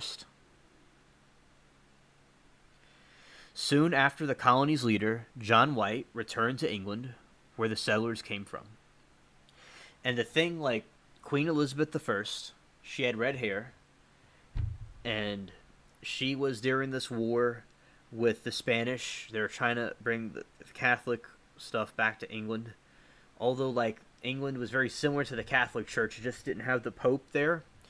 And sometimes the Catholics and Anglicans would intermix. But there's another Protestant faction, which is in northern England and southern Scotland, which I'm related to also, which is the same people that are now in the American Appalachia and settlers like the Mayflower and stuff like that. So there's two different factions that I'm related to both. So like you have like London. London is like New York. And the Appalachia is like Scotland and northern England. So that's, you can compare that politically. It's very similar. It's like flipped around. Like the Southerners were the people in the North, and the people in the North were like the Southerners, because it was flipped around in England. And I'm related to both groups, which is pretty cool. And Queen Elizabeth I was granted favor, they believe, by God, because she was able to keep England and win the war. And this was when the colonialism started happening, where you had these companies, the East India Company and stuff, that were going to America and reaping the benefits of the land. So this is a space and time when the Americans and English were like working together, which was the same thing. The same thing. So as I was saying, soon after, the colony's leader, John White, returned to England, where the settlers came from. His trip meant to be brief. He was only meant to grab supplies,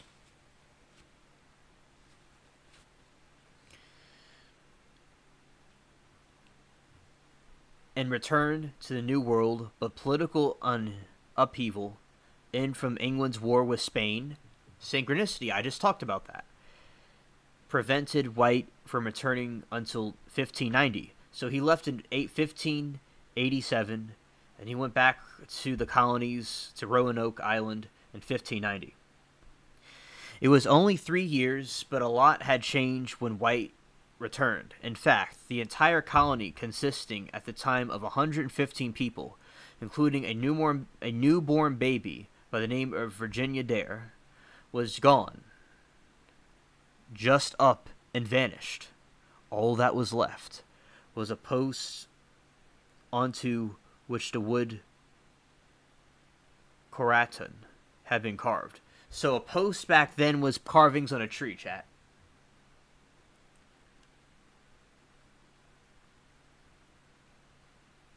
I love peanut butter jelly. I think it's pretty cool. I haven't had it in a while. I like mustard, Amanda. That's pretty cool. Coraton referred to, which I like eating sandwiches like ham and bologna and meat and stuff with cheese. Also like that.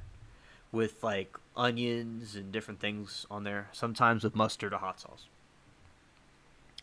You know, hot dogs taste good with mayo, in my opinion. So, Coraton referred to the name of the native tribe that had been on good terms with the settlers. So White thought the colonists had moved to Coraton Island, known as Hatteras, North Carolina. But they had not, and remains... They had not. It remains one of the most famous disappearances that no one can explain. What's more, there's been any evidence to suggest that the colony was massacred.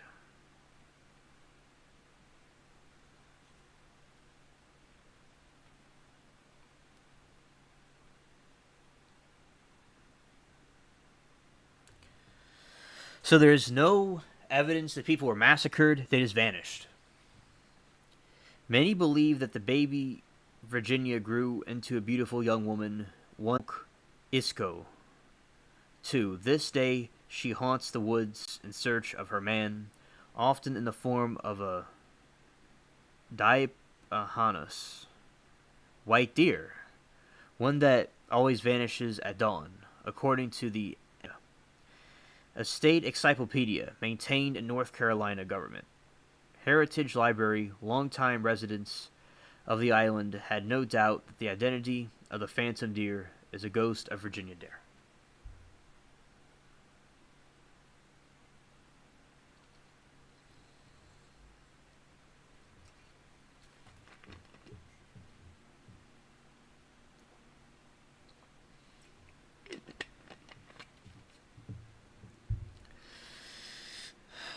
If you're itching for an explanation as how the entire colony could just disappear, that's not simply more ghost stories. You're not alone.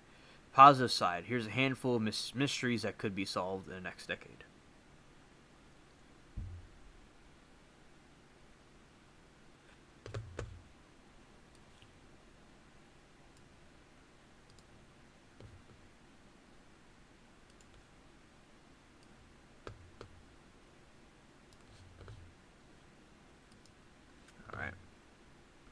Roanoke Island, the Roanoke colony is very interesting to me.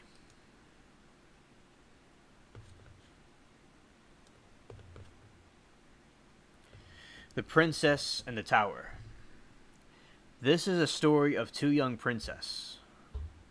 Brothers Edward Richmond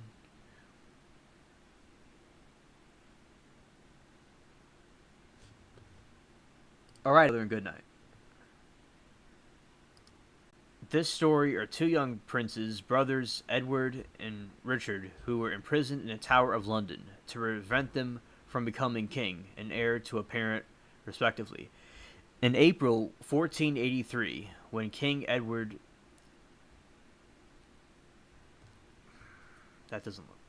King Edward IV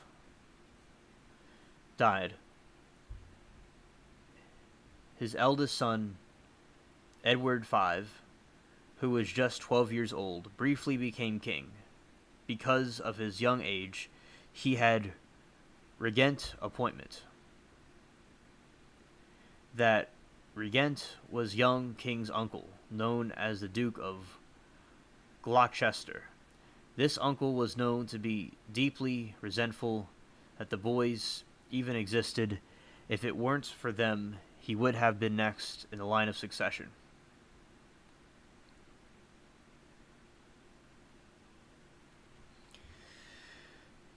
What happened next is shrouded in mystery. Indeed, it is one of the strangest British royal family mysteries. It appears that the young king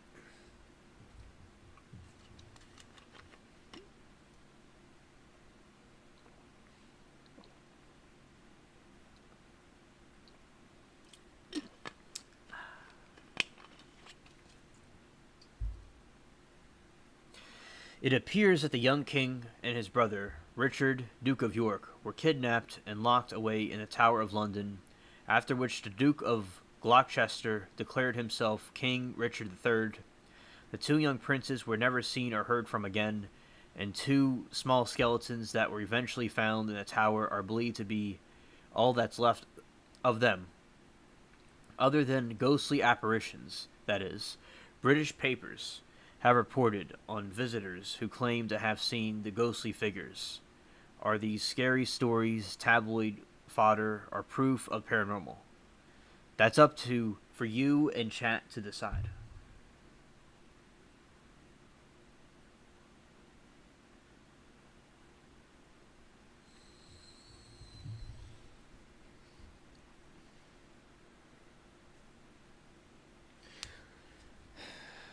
One theme that many ghost stories have in common is that they offer a sense of justice in return for wrongful death.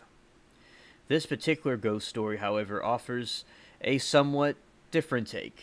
It's about a wrongful treatment in death and revenge of the afterlife.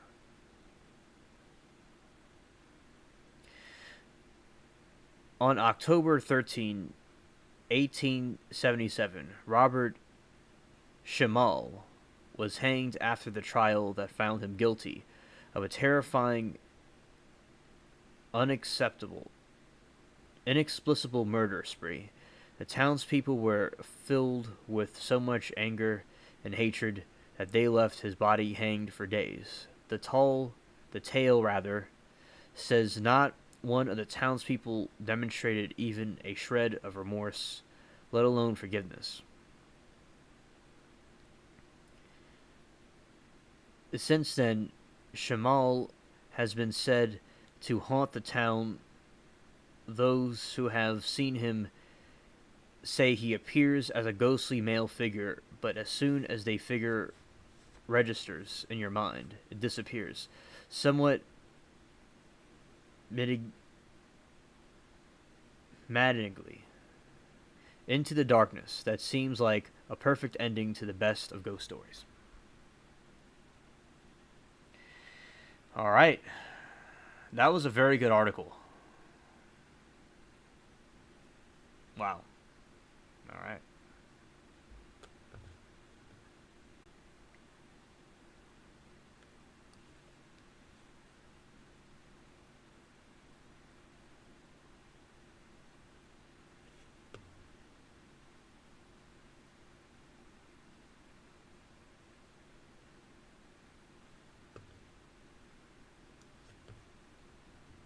All right, chat. That was pretty cool. And now we're going to go to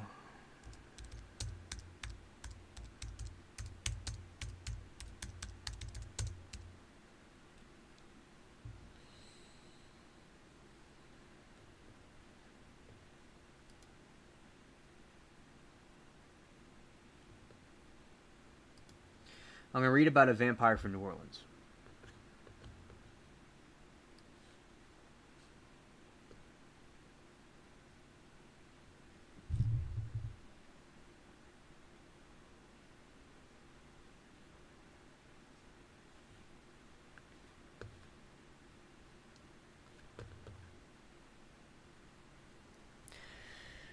Alright, so Jacques.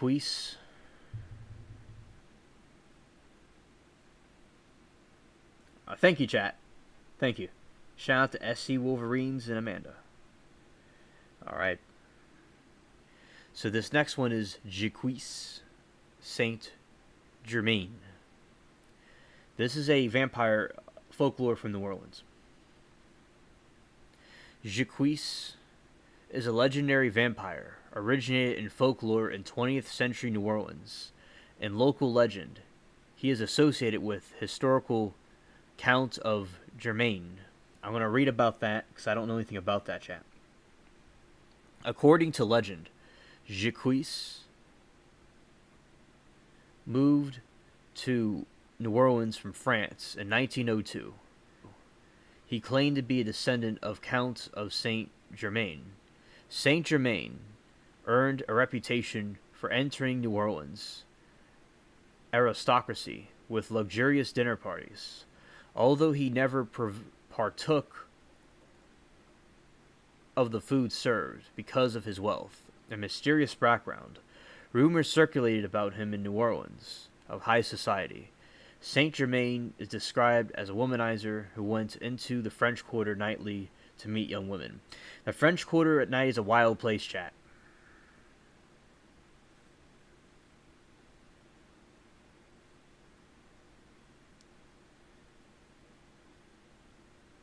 Yeah, Rebel, that might be right. Might be right. Jacques. I think that's correct. Okay. Yeah, I think it's Jacques. Thanks, Rebel. I'm going to go with that. That's what I think it is. And yeah, the New Orleans aristocracy dinner parties are took because of the wealth and mysterious background. So Saint Germain is described as a womanizer who went to the French Quarter. One night, screams were heard coming from Saint Germain's home after he brought a woman home from the bar. The woman jumped from the second story of his house, telling bystanders that she had been attacked by her host, who had seized her and bitten her on the neck. When police searched Saint Germain's home, they found bloodstains and wine bottles filled with blood, with Saint Germain missing. The woman died later at Charity Hospital.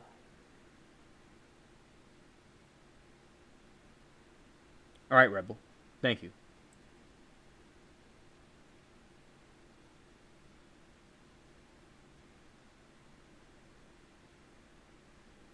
Because I remember with French that I've studied, that's to me how the pronunciation would be Jacques.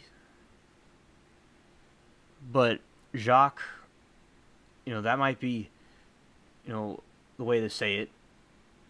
I think that, I've heard that before, yeah. Jacques. Jacques.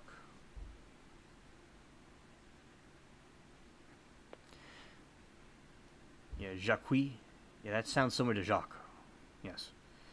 Thanks. As I said, that's pretty cool.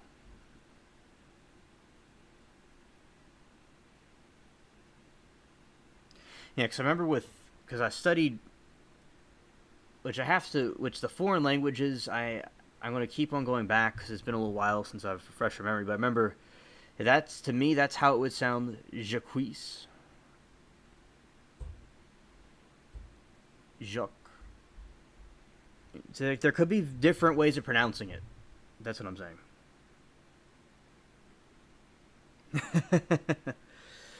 That's funny, Rebel. Yeah, so maybe there's different ways of pronouncing it, or perhaps I was pronouncing it wrong. And I'm glad that Rebel pointed that out. All right. So, in folklore and popular culture, Saint Germain is a well-known figure of urban legend in New Orleans, with supposed sightings, attacks attributed to him by locals. According to legends surrounding Saint Germain, he has been reappeared throughout history, having never aged. The legend has inspired cocktails, and his reputed residence, Royal Street, has been a tourist attraction. The legend of Saint Germain featured in Mysterious Decoded, the season 1 Vampires of New Orleans.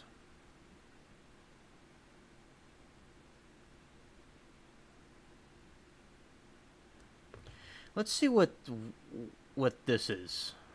All right.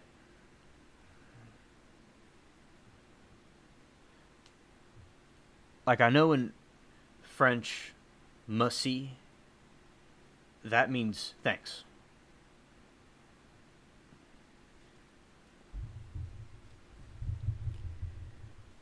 The Count of Saint Germain, or French, Comte de Saint Germain,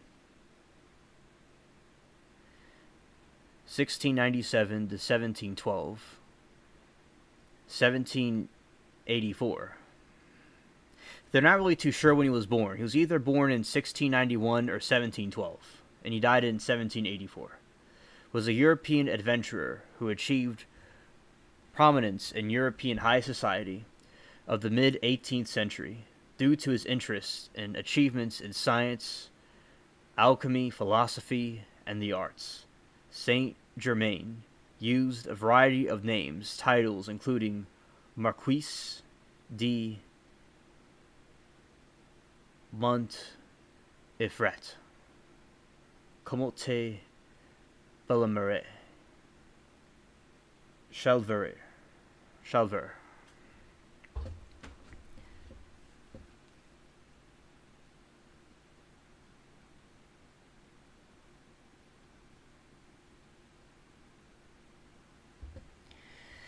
And Shonging, Shionig. It sounds like a German, it's a German word. Like my name's Schmidt, my last name. And this one is Shionig. Count Wilden Comte Saltkopf. That's a lot of titles. These are the different titles this guy went by. He went by these different titles. Manuel Doria, Garat, Tiz Argure, and Priz Ragarasi. While his real name is unknown. So the names that I just read were different aliases this vampire dude had. So this guy is a relative of the other guy that we saw that came to New Orleans.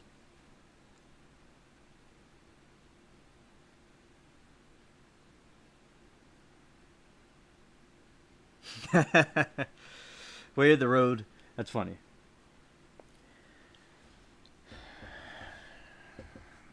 And also,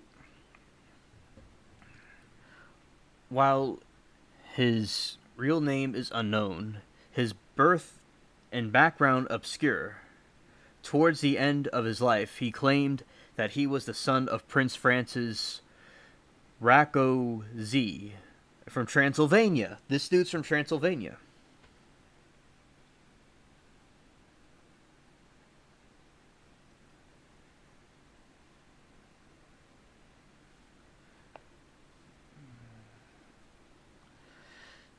He is said to have made a far-fetched claims, such as being 500 years old, leading Voltaire to... Voltaire is an interesting philosopher. That dude's interesting. I've read some of his works before. Voltaire, to dub him as a Wonder Man, and that he is a man who does not die and who does not know everything. And who knows everything. So Voltaire said he is a man who does not die, who knows everything. Now this reminds me a lot like the different things we have today with occults and stuff with the elite. It sounds similar, but this elite is a little bit different than the current one in some ways. It's kind of like we're dealing with like Marxist stuff, but it'll be interesting to see if this guy was in the Illuminati or something like that. That would be interesting to know. Now, like New Orleans, I've been to the hotels and to the dining and stuff that these people went to, because the city has a lot of that stuff here, and it's very interesting. And it smells very good too. These different hotels and these dining things, it's very intriguing, the architecture and stuff. Like this house, I mean, is similar to what they're kind of talking about here. That's what, and as I've done this channel and talked about this stuff, I really appreciate the, my city, and I've always liked my city, but I'm learning more with the history about it and the fascinating things about it. But so this is a guy that's was an ancestor of the vampire dude in New Orleans. All right. So there we go. And he's a man who does not die, and who does castle is recorded as having called him one of the greatest philosophers who ever lived. The Count claimed to be son of Francis II, the Prince of Transylvania, who could possibly be unfounded. However, this would account for his wealth and fine education.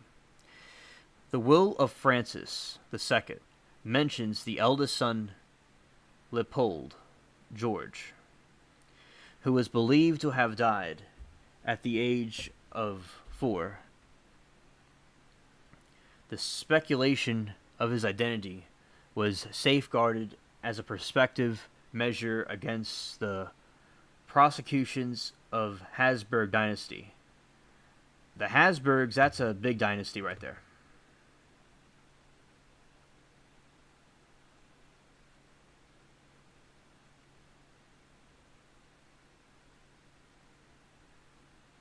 Yeah, that's a house in Austria. Yeah, shout out to New Orleans. And shout out to all of you in the United States of America, this amazing country we live in. The Habsburg dynasty. At the time of his arrival, Schleswig, set in 1779, Saint Germain told Prince Charles of Hesse-Kassel that he was 88 years old. This would place his birth between 1691, when Francis was 15 years old. So he kind of sounds somewhat of a con man. And like some of these con people like we have today with spies, and there's spies and stuff that we don't know their identity, that people that die, these certain spies, because they had so many Alices and different names and things, we don't know what they were or what they were doing. And throughout history, there's people with different Alices. So in my opinion, this guy seems like somewhat of a con man. But I'm sure he was an occultic person, probably, maybe. That's possible.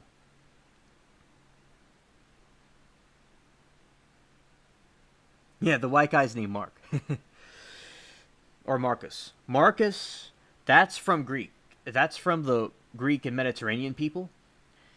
And the Romans went into the British Isles, so the name Mark originates from Rome in the Mediterranean, but it was brought there from when the Romans had the British Isles, before the English came in there.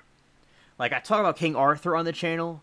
He was, like, right after the Roman Empire fell, and he was, like, part of the Romans a little bit, somewhat. The name Anthony, that's Roman. Mark is Roman. Because Mark is from the god Mars, the god of war, the planet Mars. That Mars, Mark, it's from the same derivative, the same origin. So that's something interesting about the names. Hello, Latina. Saint Germain was supposedly educated in Italy by the last of the Medicis, Gian Gastrone. His alleged mother's brother-in-law, he was believed to be a student of the University of Siena. Throughout his adult life, he deliberately spun a confusing web to conceal his actual name and origins, using different pseudonyms in the different places of Europe that he visited.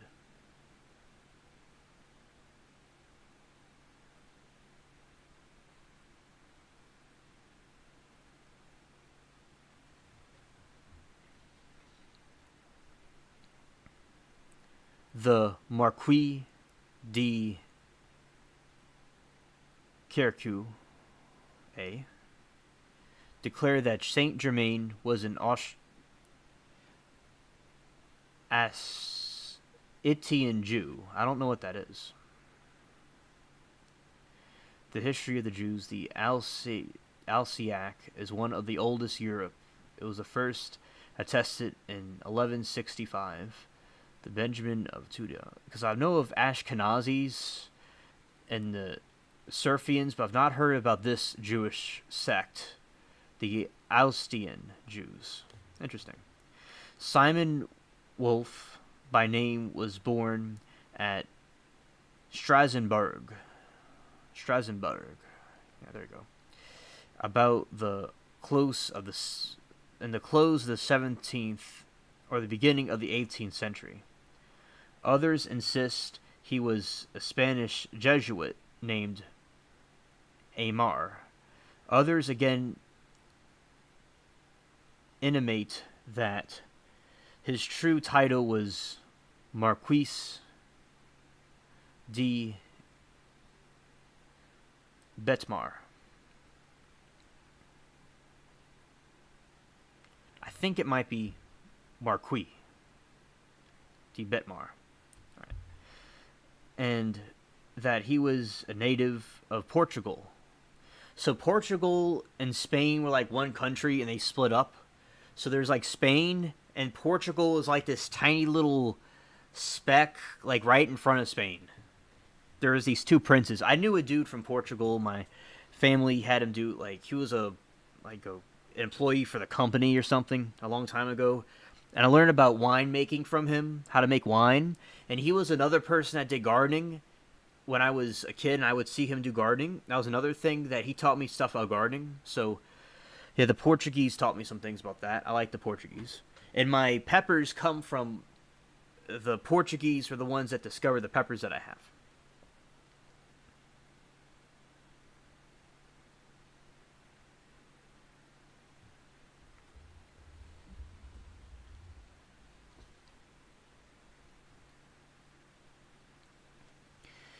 And the more plausible theory, however, makes him a natural son of Italian princess and fixes both San Savoy about the year 1710, ostensibly father being one Rotondo, a tax collector in the district.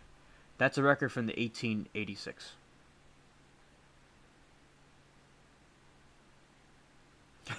He's from the Bronx. That's funny.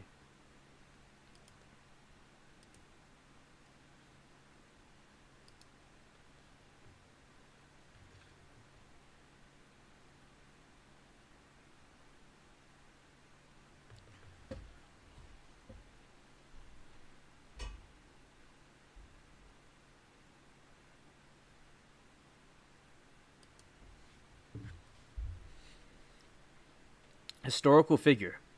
He appears to have begun to be known under the title of Count of Saint Germain during the early 1740s. According to David Hunter, the Count contributed some of the songs Le Contestanza di Luzia, an opera performed at the Haymarket Theatre in London on all but one Saturday from 9 of February to 20th of April, 1745. Later, in a letter of December of the same year, Horace Walpole mentions Count Saint Germain as being arrested in London on suspicions of espionage. Espionage is like being a spy. During the Jacobite Rebellion of 1745.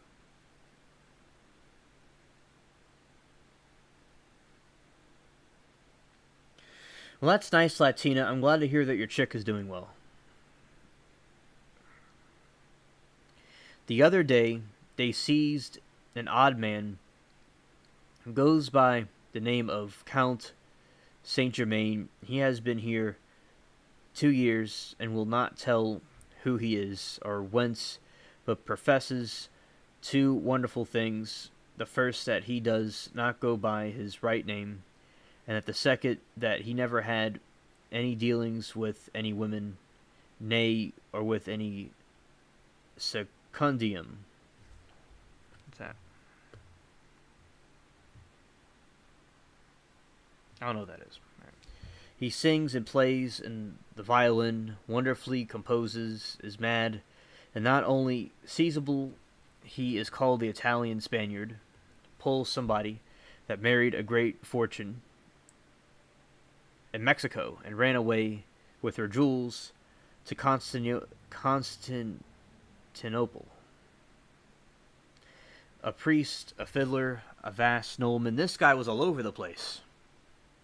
The Prince of Wales has unstated curiosity about him, but in vain. However, nothing has been made out against him. He released, and what convinces me is that he is not a gentleman, stays here. Talks about being taken up as a spy.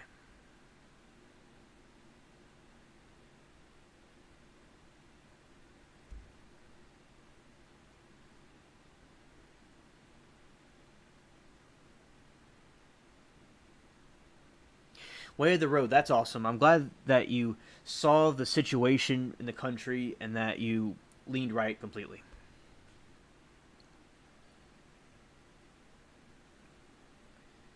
Okay. The Count gave two private musical performances in London, April and May 1749, one at the local Gymnia Yorke.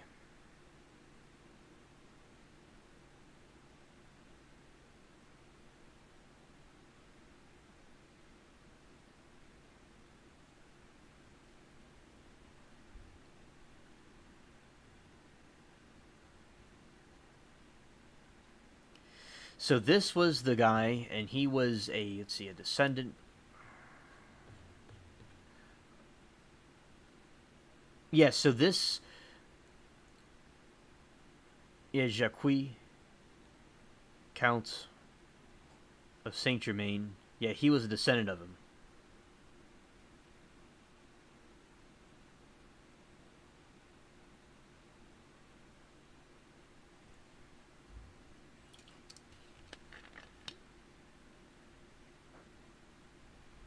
I think the S is silent.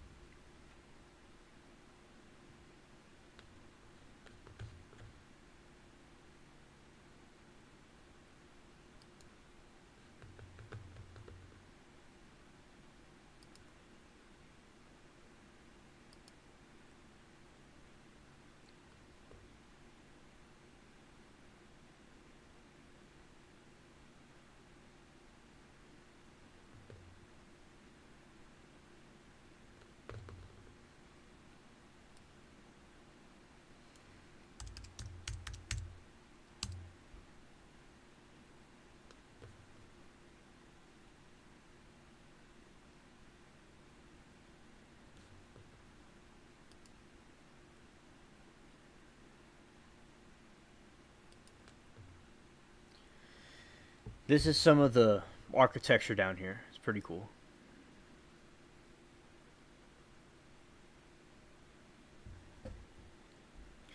Way the Road says, my friend in 2018 got red pilled, and he was in my room, so I started listening to a lot of stuff into it and considered myself not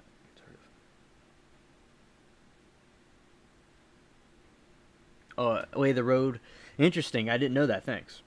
And yeah, there's a lot of friends that come and go in life, you know, like, there's people that I know, not all of them are bad, shout out to them, but there are some people that were retarded. And also, so I can understand what, and I think that basically, in life, it's good for people to, like, focus on themselves. If people want to focus on themselves and they are doing their own thing, I think that's fine. And Like a lot of people I don't talk to anymore. I just have a very small circle, and I have all of you, which is an extension, like a wild olive branch that was put on the tree, so to speak. That I have you all as well. That I enjoy y'all's company very much, and so I can understand, what you mean. And a lot of people, some people I know are kind of woke. I don't know if y'all know people that are woke also, but some people are kind of woke these days, and I'm not like that. And I'm glad that we all like stick together, and that's good we do that. And Way of the Road, I'm glad that what you said,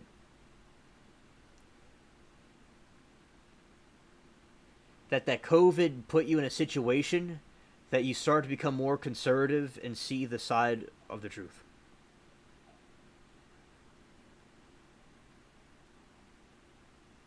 I heard something. I don't know what it was. Anyway, but so Amanda asks, "What's my favorite spot?" Yes, Amanda, you said my favorite spot.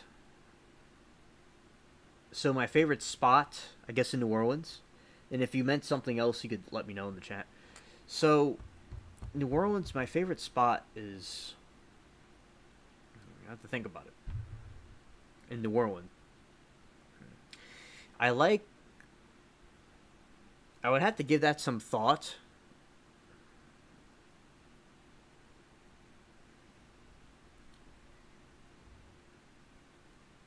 Yeah, so I'd say I liked the great. That's a great place to chill and eat. They have a carousel bar. I like that place. And yeah, so that's what I could think of for right now. And there's some.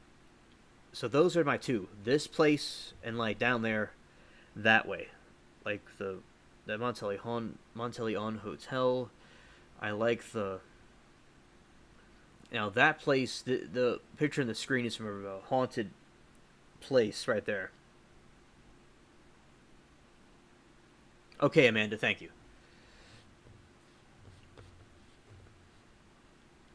Yeah, so as I said, I would say I am going to give it some thought, Amanda. I want to give it some more thought, but I have to say my place where I am right here in the Monteleon Hotel. I was around those two places a lot. Now I remember the river boats. I was on a riverboat on a steamboat on the Natchez. That was nice. Now I'll say in Louisiana, I went down to Lafitte with my friend Nash. Shout out to Nash. He's cool people. And he was saying about like him and I went down there and we saw where they had the Pirates of the Caribbean Black Pearl, a piece of the ship there.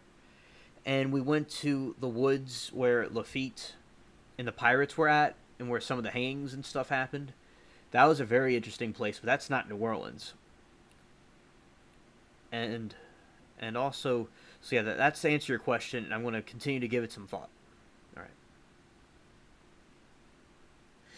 Latina earlier. Okay, Amanda, I'll say it again. So, Amanda, I like my place where I live is one of my favorite locations in New Orleans. And also the Monteleon Hotel. I'll put a picture of that up.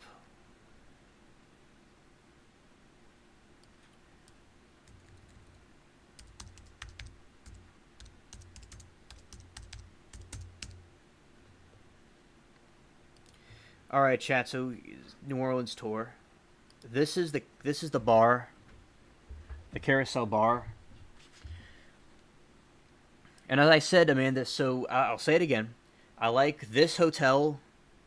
I like this place where right here. It's very Halloween like. It's like a haunted mansion. And I like the Wax Museum before it got taken down. So those are my three favorite spots. But I have to also kind of give it some thought more and to think about some other places too. Because that's a very good question. All right, so that is the Monteleon. There's this carousel bar, and it like spins around. And I've eaten you know, like in the restaurant part when I was a kid, I couldn't obviously go there because I was too young to drink. And so I've been there. I've been at the bar. I was like, it was during COVID. It was like kind of restricted or something. So I didn't. I was too young to go in the bar, and I went there recently in recent times. I didn't go to the bar part. I think I may have went to the bar part. I don't think I did. I went to like the chairs over there. So when I was a kid, I was too young to go in the bar, and I don't know why I didn't go to the carousel. I think it was because of COVID. They didn't let people go to the bar because of COVID.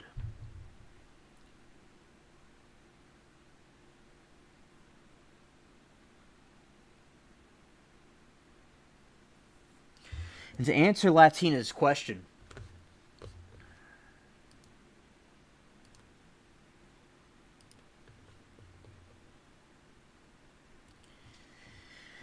yes, this hotel is haunted on a couple of floors, and I had an experience when I was in one of the rooms.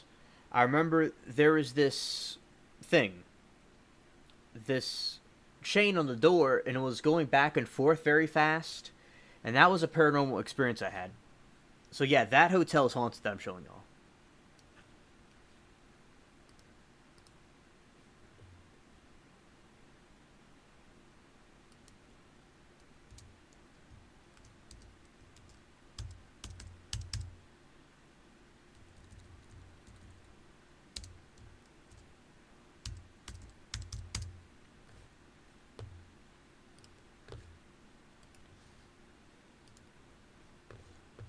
Exactly. And also, Latina, the wax museum was taking down to build condos and stuff. It was terrible. That was a nice wax museum. I'll show you all that in a moment.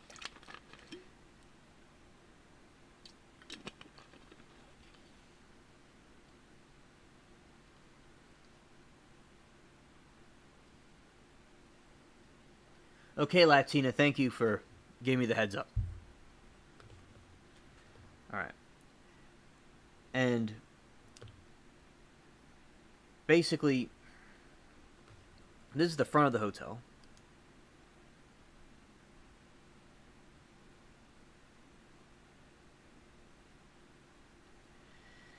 And we have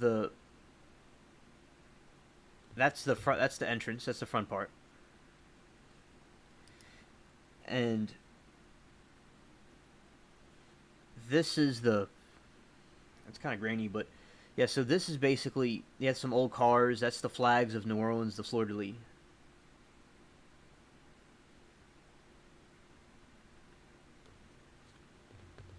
All right. This is the entrance. This is like the front part. You see, it's very European, like French, European, like the vampires we were just talking about a minute ago. This is the kind of like scenery they had there, right? That's the chandelier.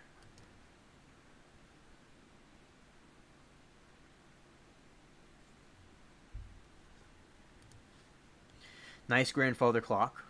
I've had a lot of fun there. I enjoyed it.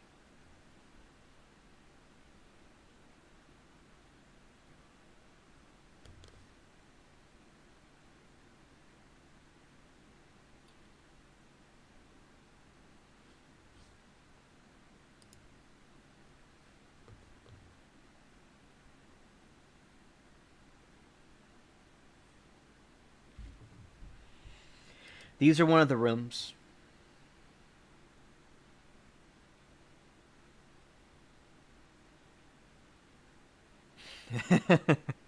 Latina's hilarious. That's one of the rooms. This is another room.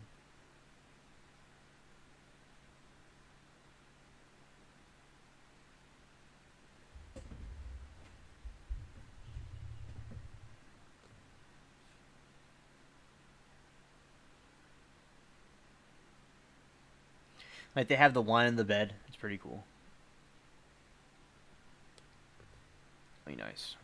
Yeah, that's another view of the carousel.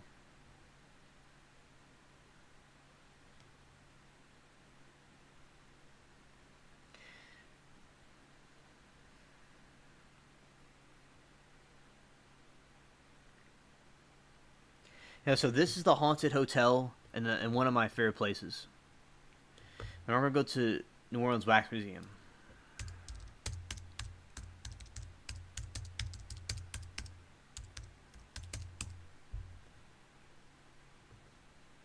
All right, this is the Wax Museum that they took down. This was Andrew Jackson. He was from Kentucky, not Kentucky, from Tennessee. And this was the Battle of New Orleans when he helped save New Orleans from the invasion.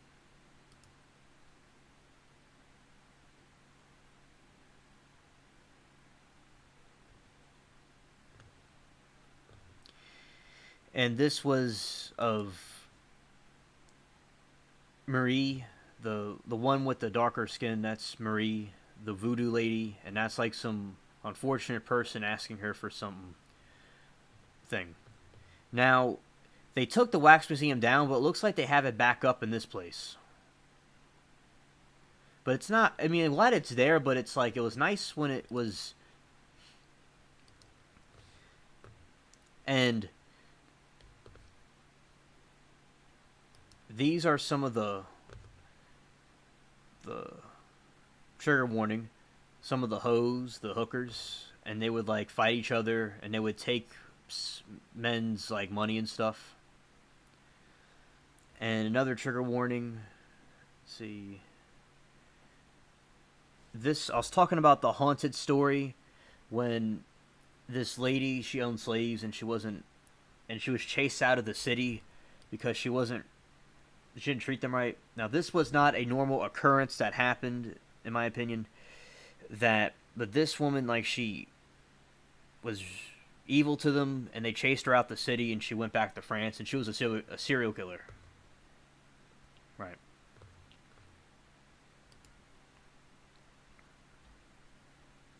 Right there.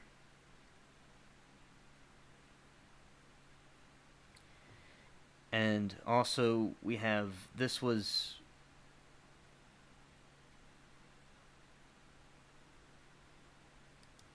Rebel, thank you for coming, man, and good night, man.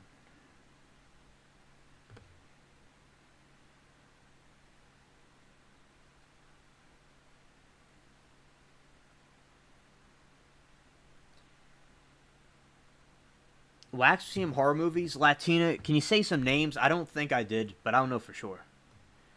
Yeah. And this is when they explored New Orleans. That's that part. That's when they're exploring it. And this one's kind of funny. It's Napoleon in a bathtub. And he was arguing to his people about the situation in New Orleans, Louisiana. And he was like in his bathtub. Yeah, it's hilarious.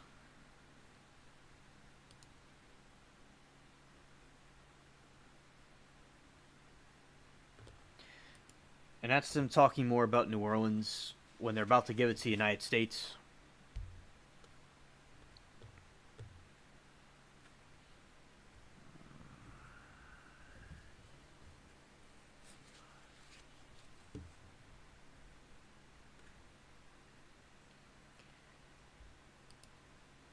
And this was Louis Armstrong. He was a good black musician.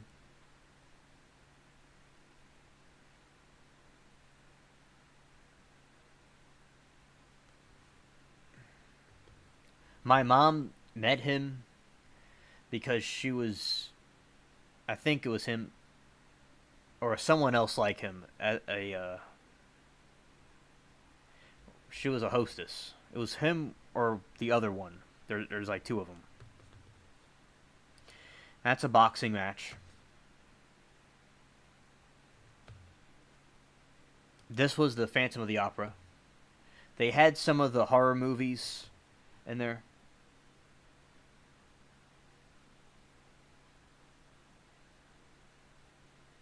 I will do that, Rebel. Thank you for the suggestion. I'll be glad to do that. Thank you again for coming.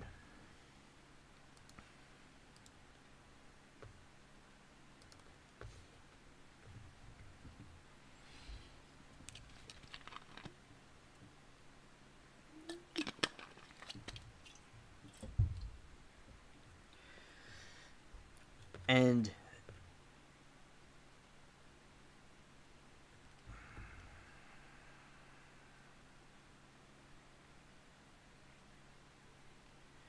yeah, so this one was the creature from the Black Lagoon. That's another one that they did. Like they did these wax museum of these horror movies.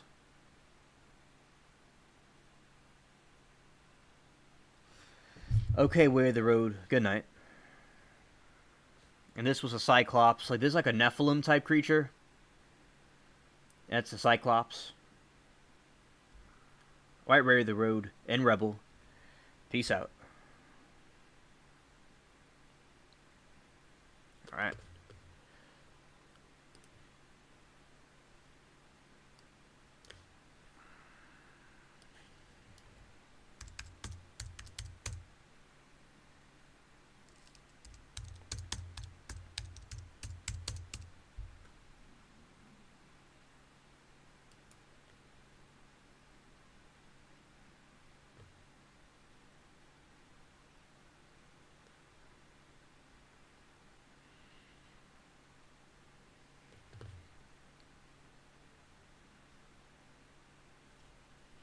This is an ad. Let's see what this leads to.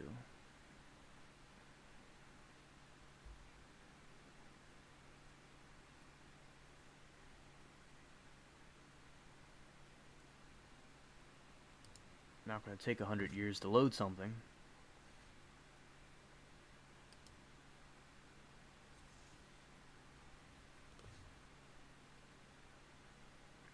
See, that's when it's foggy. It's pretty cool in the city.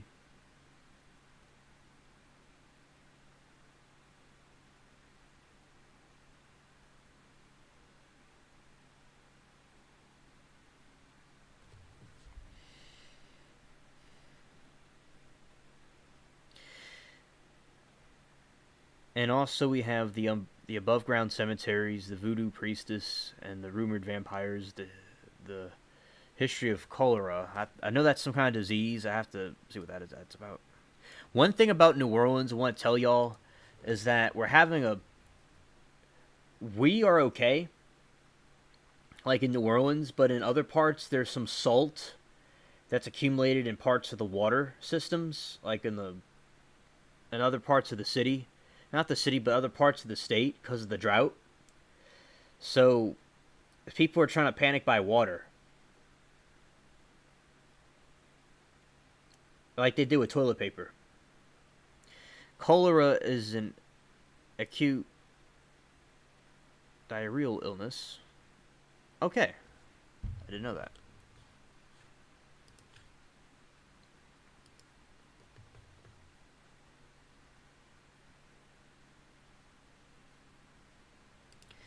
And yellow fever outbreaks. And fires and floods. Little wonder New Orleans is known for being one of the most haunted cities in America.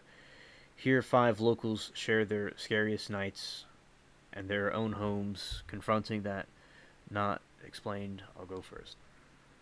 And this city is a great place to see.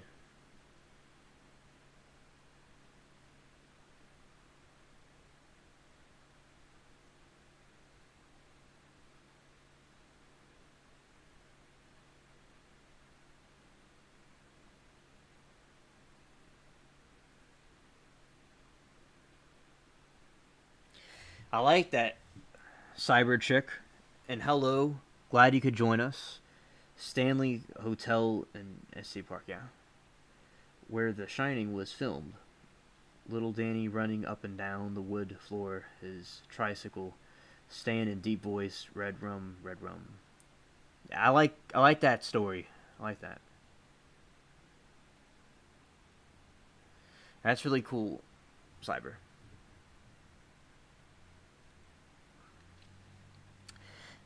Amanda, that's a very good question. I don't know if it has to do with that. The drought, I remember years ago, back in 2008, when I was upstairs in the other house playing like Mario and on my DS, and I would go and watch the weather, and they're saying there would be a drought around this time of year, and I'm not entirely sure what the cause of it is. but it could. But it mostly has to do with the, the, the not global warming, but like the maybe the planet goes through different cycles. It could be something like that. I'm not entirely too sure what it is. It's a good question, Amanda. The Midnight Shrine. I moved on the insufferably hot August day to one of the oldest houses in Esplanade Avenue, built in 1831. And thank you, Latina, for telling me about the movies.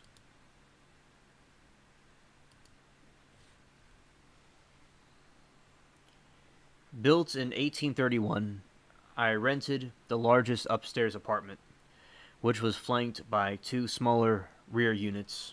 On my second day, a back tenant was moving out. "We can't handle the ghost," she said. "It's horrible. I never caught her name," as she took off with her last card box. I chalked it up in Strange Neighbors that until things began happening in the middle of the night, a golf ball rolled down the hallway.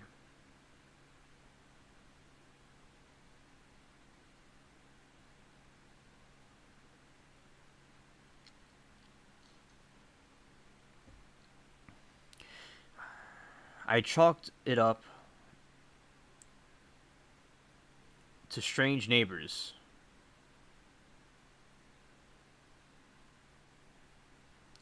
That is until things began happening in the middle of the night. A golf ball rolled down the hill. We don't golf. The chandelier bulbs began dramatically sparking, going dead. One particular battery operated. Cat toy ended up activated, rolling around the living room, despite being stored in the clothes box and the guest room closet.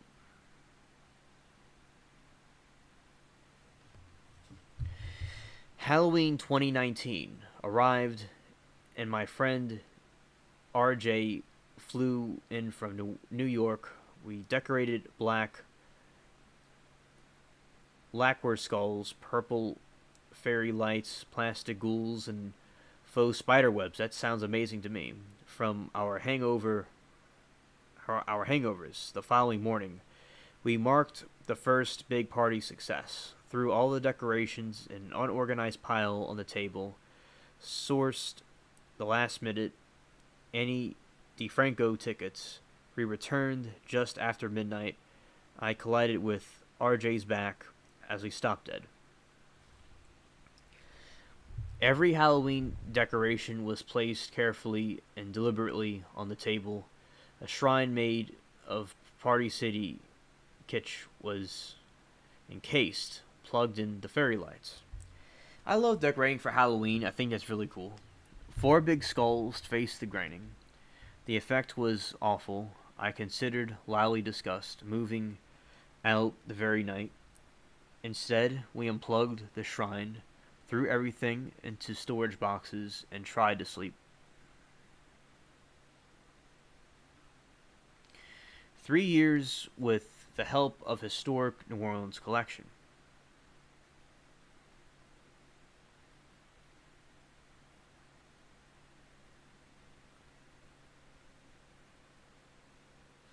I've discovered our ghost is Julius Hughes de la Virgine.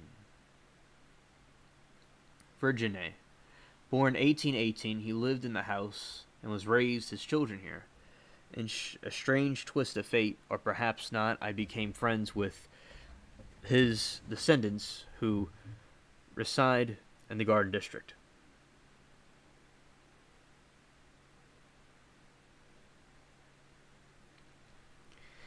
He loved his house. They told me one night, drinking wine in the living room, once in his bedroom. Now I regularly leave a shot of his preferred rum in the mantle, and he dutifully continues to toss golf balls down our hallways at 3 a.m. And also my friend Nash, she likes watching the reruns of the streams. You see, in New Orleans, we display the flags of the different countries that had dominion over this place before. So that's why you see all these flags here.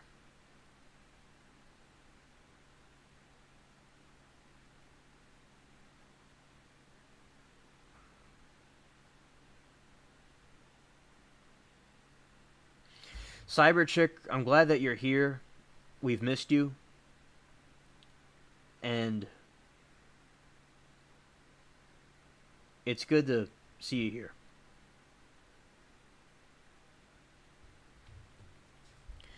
Grandmother returns. I remember this story vividly. She was in 7th grade, and the house was Cardenet Street. It was built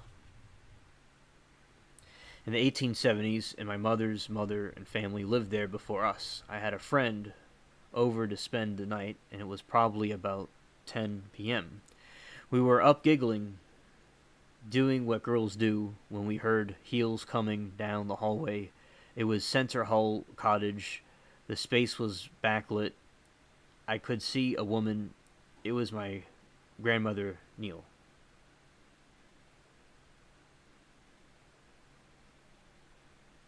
Right on, Essie. Sometimes I'm not sure. Ooh, we're not gonna fall, microphone. I almost knocked it over. Anyway, as I was saying,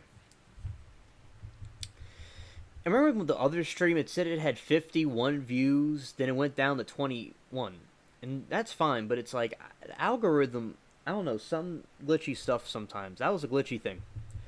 But yeah, a lot of people like watching their reruns. The subscribers and other people. Yeah. People said like it's relaxing.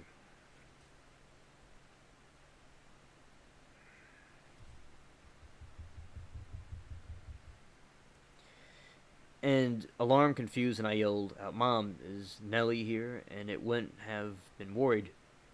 Been weird to see my grandmother, who lived on Jefferson Avenue. My mom yelled back, "No, go to sleep."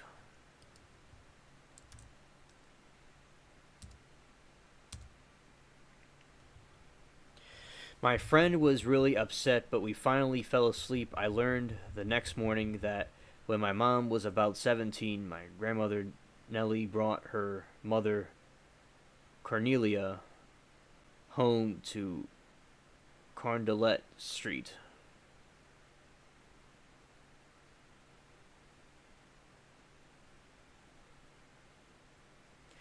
House because her health was failing. She was born in 1870 and died in 1948. She lived her last years in that bedroom we were sleeping in. Cordelia looked like my grandmother, but with hair that was pulled back in a bun. I saw her, the heels, the dress, the whole thing. On Audrey Street, Hall Bland, Louisiana, 2013. Preventist. That's a very interesting story. Oh yeah, the attack of Bubbles. I think Bubbles is in his room sleeping right now. He's not here with us.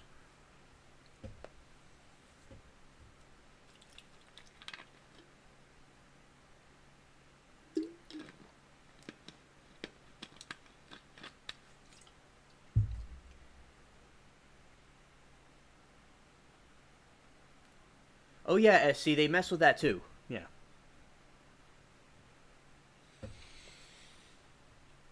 Alright, this one's about trapped in the chimney.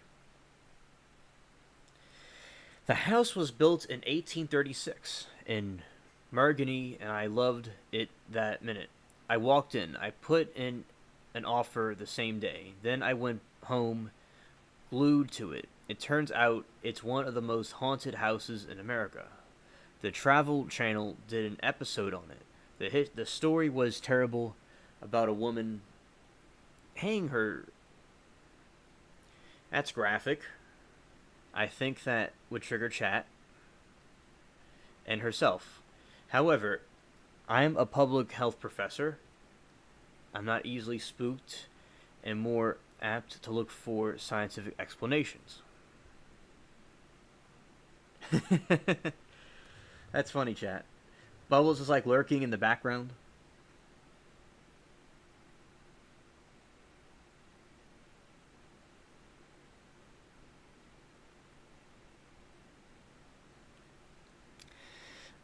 And that's okay, Cyber Chick. You know, there's other things people have to do in their lives, and that's fine. People can do their own thing. They don't have to do, like, see this stuff all the time. It's not a big deal. I moved in, and it was told that someone who lived there before me was a spiritualist, and spiritualists are not good. They're the people that summon aliens and fallen angels and stuff. Rebuke them in the name of Jesus. Apparently, he did some ceremony to try to trap the ghost. That's just a bunch of nonsense. These people are evil doing spiritual stuff. The Bible condemns that. It's ghost in the chimney. So this is about a ghost in the chimney. I opened the flue, and that's when things really started happening. My cleaner felt a hand on her cheek. This one window wouldn't stay closed. I put a curtain rod there to keep it shut. The next day, I found a rod bent laying on the yard. People who worked on the house say they saw someone in the hallway, and the worst thing is I sometimes hear a dog whining and scratching. I hear it coming from the chimney. And so this is like the ghost encounter the person sees in the chimney, apparently. Oh, it's Bubbles.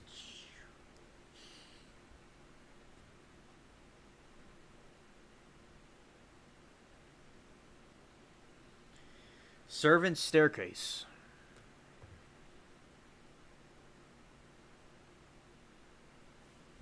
In fall of 2015, my parents began renting his studio apartment to Pontalba building. It was 4th floor, walking up the attic until it was amazing. You could open the windows and hear live jazz. You felt like you were in the midst of everything going on in Jackson Square. Latina, thank you for coming. Bless you and your family, and good night. See you tomorrow in the next one. When the Pontalba was first built, every unit had 2 staircases, a formal staircase and one for servants. At some point, they cut all the units in half. Our unit used what had been servant staircase. I remember it was 77 steps up with no air conditioning. You don't forget a thing like that. The stairs got narrower and narrower as you went up until it was barely 1 human wide. Reminds me of Harry Potter, because he lived inside a staircase. Sometimes you'd be walking up and it was suddenly freezing, not cooling you down, but more shivers up your spine freezing. We investigate and found there was a young woman who was hired the night nurse. Baby was fussy. In the middle of the night, she would walk the stairs with it. As it legend goes, she tried to trip and fell. She saved the child's life with her own residence. Believed she now walks up and down the staircase.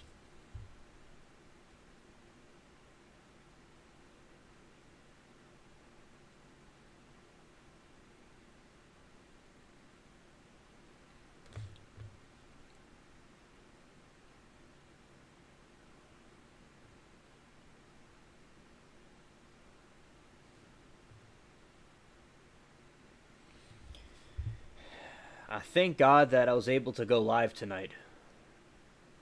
Thank God. The situation, it happened like a long time ago, and I just made a new stream. Wow. Amen. Y'all have, the patience of saints. Y'all hung in there and stayed with the spaceship until I could go live. That was nice, man. Alright. Yeah, because what happened with Bubbles was sometimes he would jump on my lap and I would show him to the camera to show him to everybody and he wouldn't mind. And then one time I did it and he got stage fright because Bubbles is very shy. And he had a tantrum and he attacked me and he crawled up my shoulder and my head and he ran away. and I was bleeding all over I was bleeding on my chest and my shoulder, and I was off screen, and I had to get the towel and like blot myself, and I was okay.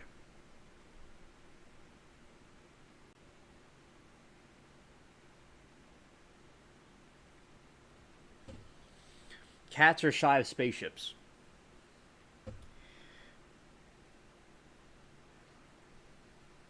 We own the odd feeling. We own an 1850s townhouse right off Magazine Street. The house is often chosen as a set for films and producers. Sometimes stay while they work. Back in the 1800s, the Odd Fellows were this super powerful secret men's society similar to the Freemasons in the or the Illuminati. Synchronicity chat. I was just talking about that earlier, and I was wondering about the link. And there you go. The house was used by Freemasons and Illuminati.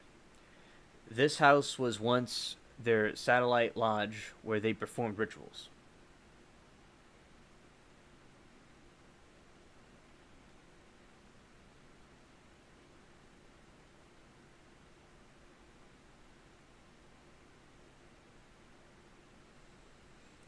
And I was going like live tonight. I would have been live at 11 p.m. Central, but there's a problem. As a friend and I were restoring it, and there was a section of flooring that didn't match. We popped the floor open, and there was this really odd velvet lined coffin shaped thing. I thought at first maybe it's someone that kept guns in, but then I realized it was part of these weird, odd fellow rituals.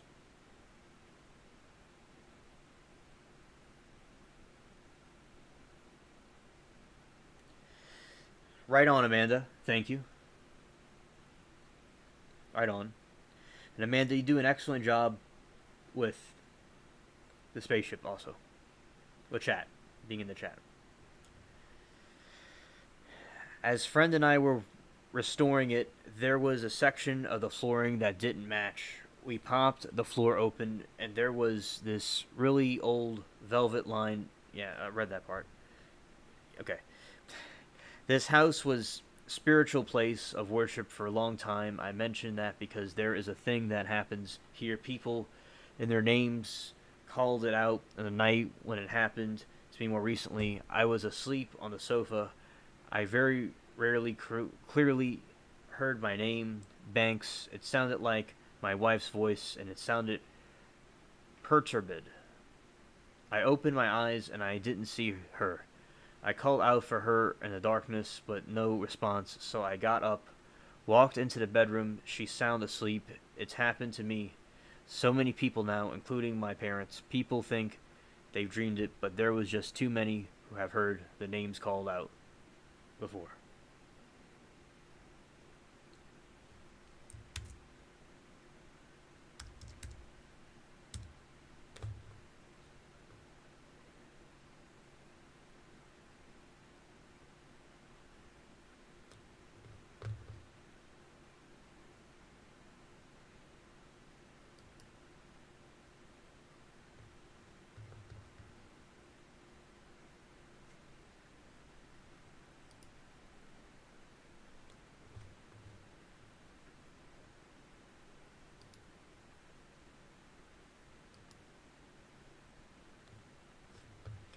Alright, and I'm doing something over here real quick.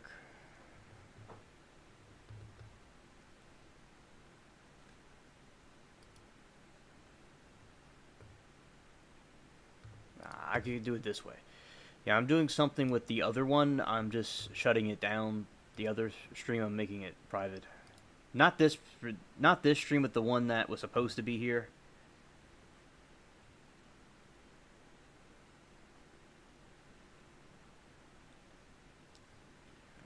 Right here. Right here, private. All right.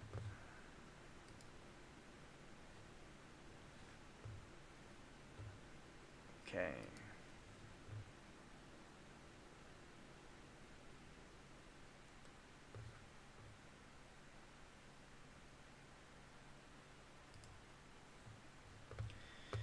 Alrighty.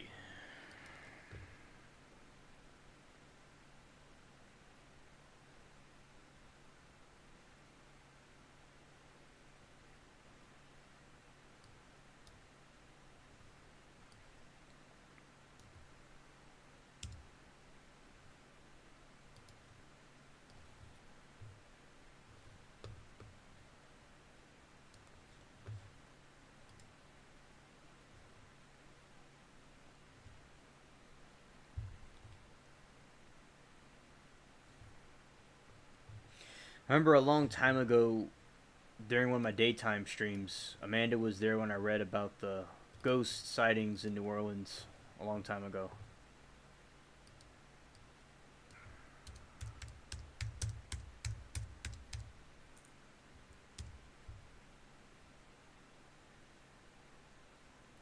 Yeah, that was the voodoo lady that I was talking about.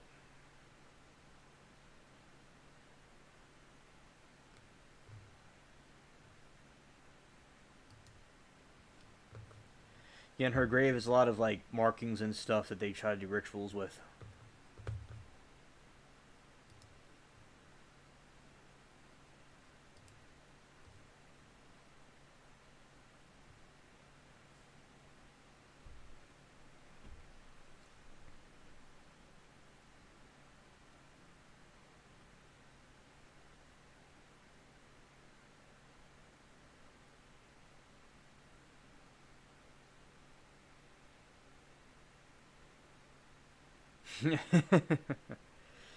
Oh yeah, exactly.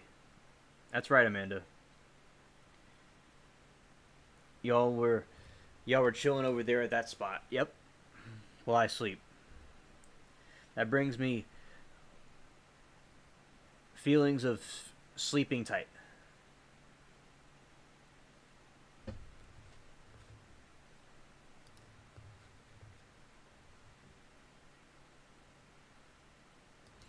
Oh yeah, it is. Yeah, it is good artwork.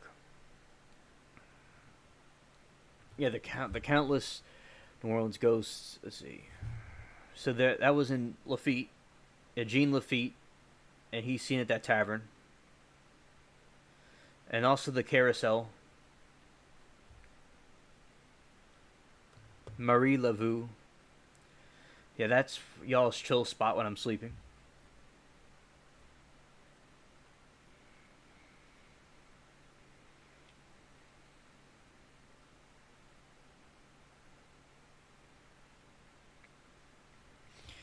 So the cemeteries may not be the typical vacationer's eatery, but the swamplands of New Orleans above ground crisps and mausoleums are a tourist attraction.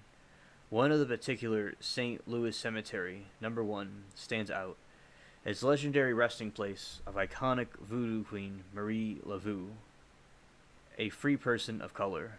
Laveau worked as a hairdresser and secret holder of many affluent locals, and she used the knowledge to influence the city's rumors that her ghost is still around there.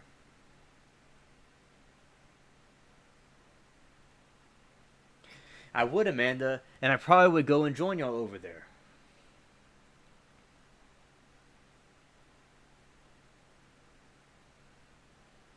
I remember when I saw my great grandparents from Germany, my great grandfather and my great great grandfather, the German ones. We went to their grave. It was like a grave like this, and it was like I don't know. It's like going to a museum or something. It's like people would see it as morbid, but I remember it was like a normal thing to go to the graveyard and see the graves and like look at the different things. And I remember it was yeah he was in a mausoleum, the German dude, and his son. Well, his son was old when he died, of course, but yeah, it was pretty cool.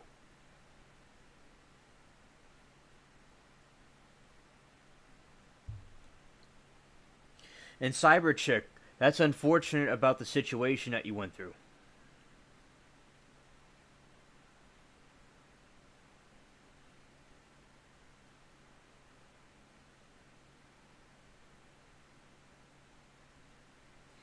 That happened about you getting stung by the bees. Yeah, we read about Pere Anthony. Yep. All right.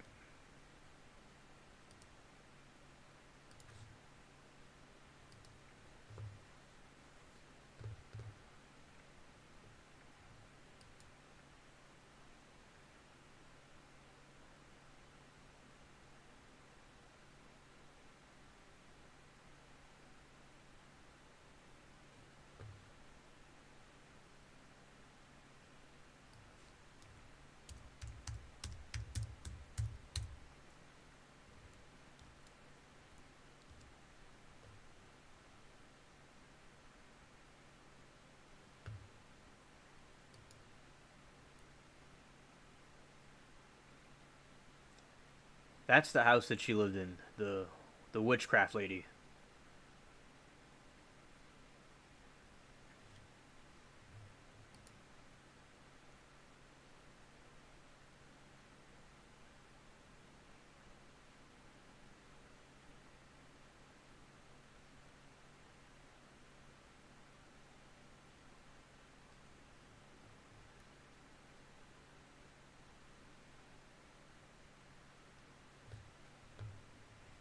All right.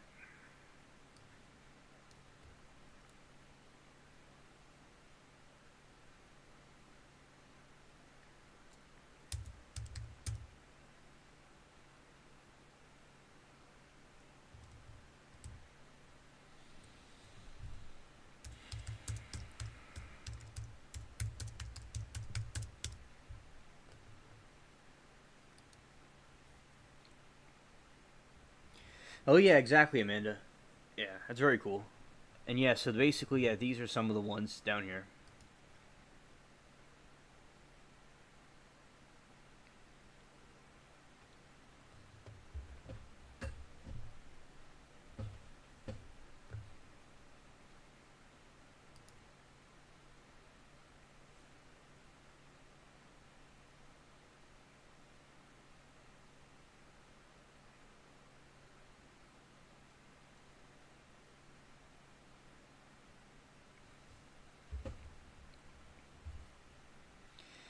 And it's like a neighborhood of dead people.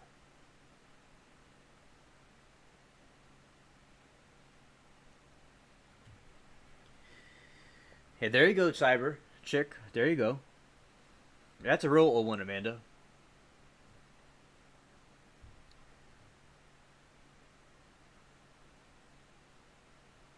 It's like a pyramid.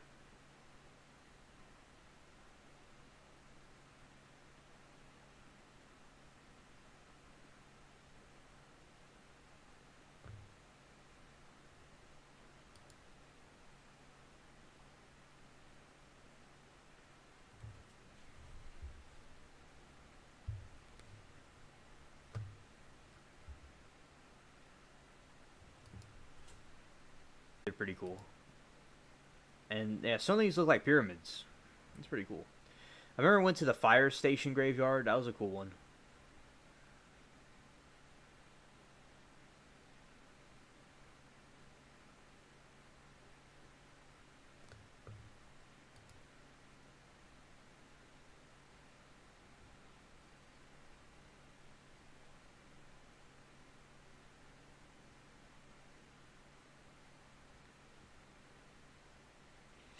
It's like the Pirates of the Caribbean game.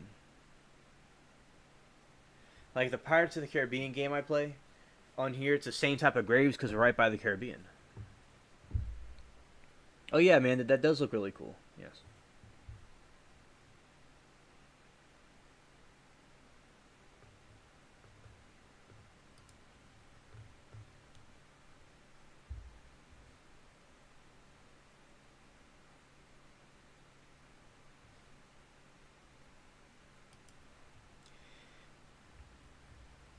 And there you go. That's some other old ones.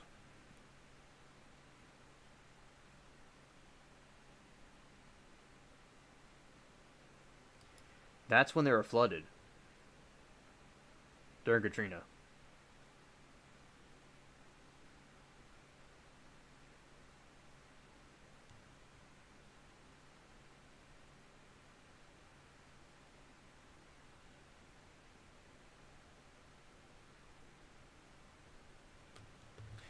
Look that one up now.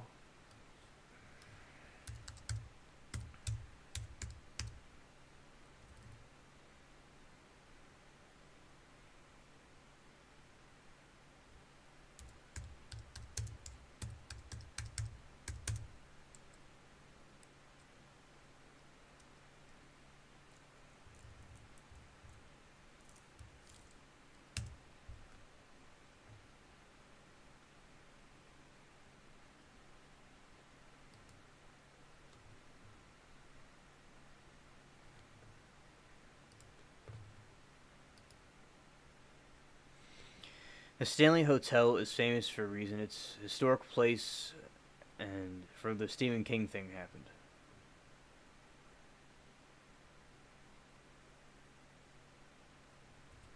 Yeah, they had a band that did a song about based off of the Shining. The 30 Seconds to Mars did a song about a similar situation to that. It's called The Kill. It's a really good song.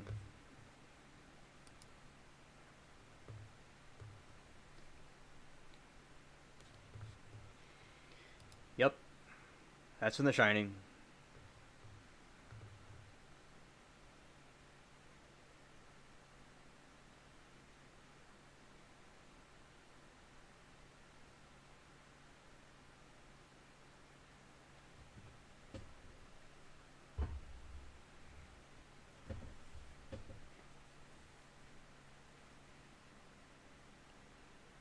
Yeah, man, that was a horrible situation. Yeah, exactly. Yeah, it is very ghoulish.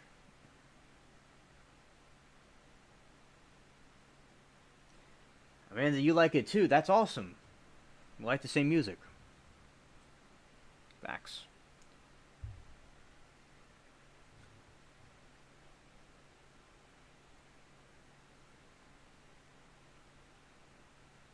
You're welcome, Cyberchick.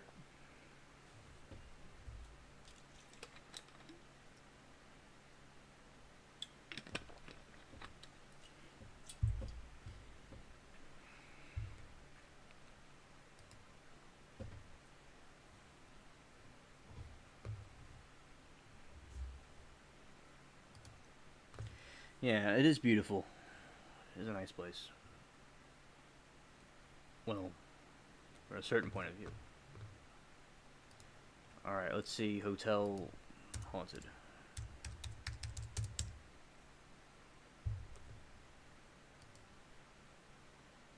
Room 237 does not exist on their property, and Stanley says 217 has been the most requested accommodation, with reservations currently on the books for the next several Halloweens. We sought out the room, but it is disappointingly normal, at least from the outside.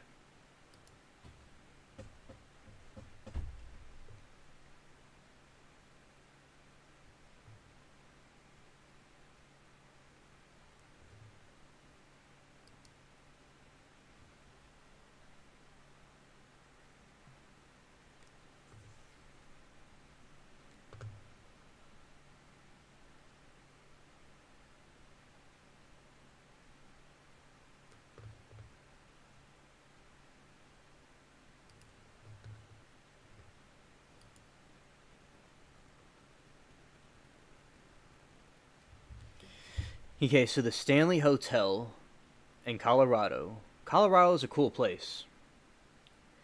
My old girlfriend liked the snow up there. And it's said to be haunted by several different ghosts from the past owners to children to even couple of pets. So yes, it is haunted. Hello SC, glad you're back. Hope your dog's alright. And it has free Wi-Fi there, but free Wi-Fi I'd be skeptical of because you could get hacked, possibly, if something doesn't go right.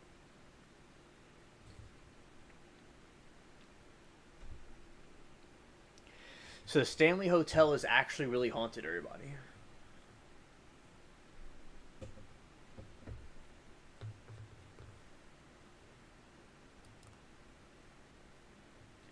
Yeah, that's where the Modern Wax Museum is that I was talking about before. I need to say that one.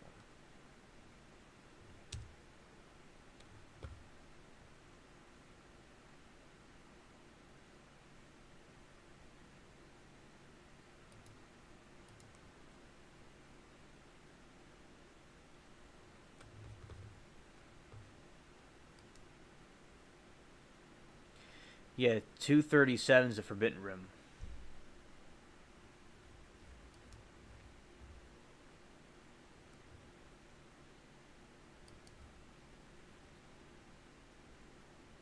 Yeah, so the reason why the hotel changed the number to 217 to 237 was because the hotel is worried that people would not want to stay in the room in the future.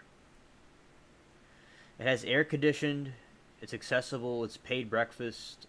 Hey, I might want to stay there. It seems like it has good ratings. Yeah, I might want to go there. Yeah, I'd stay there.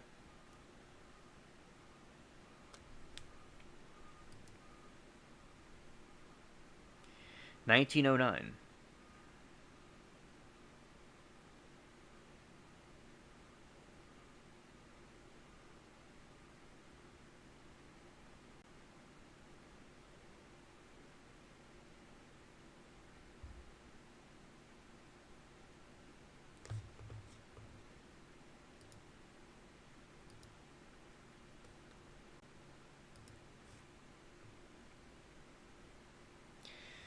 Yeah, a lot of times I've like just like walked in the rain without anything. Remember when I was younger, a kid, we used to use umbrellas.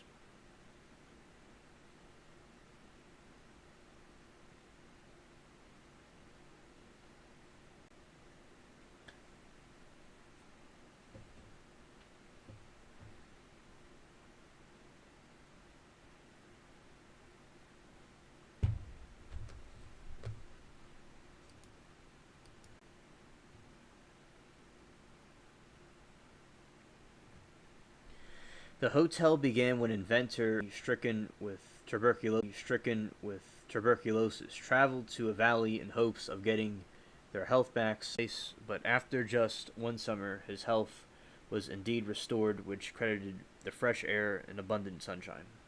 Wife Flora Stanley made plans to build a large hotel in Estes Valley that would feature the grandeur Edwardian opulence of East Coast establishments, but ritualistic, rustic, Western setting. Yeah. When the hotel opened in 1909, guests marveled at the palatal structure in front of them. It was surrounded by wilderness, but somehow featured electricity, telephones, and modern bathrooms, and a main and cooking staff, professional uniforms.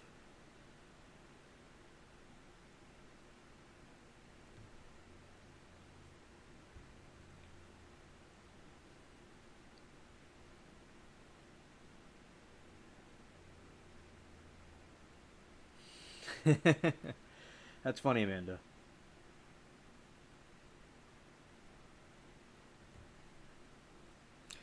For decades, Stanley was seen as a posh, exclusive Mountain West destination, provided restful, rejuvenating break for busy East Coast lifestyle.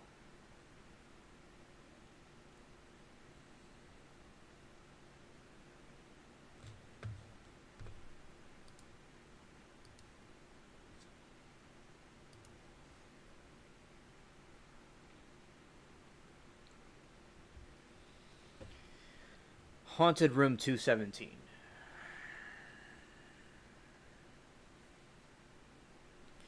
In 1970s, Arthur Stevens King was working on the stand and living in Boulder, Colorado. One weekend, he and his wife Tabitha traveled an hour north Estes Park for a weekend away from their children. In recent interview on The View, King explained that Stanley Hotel was open on its last day for season when he and Tabitha arrived looking for accommodations.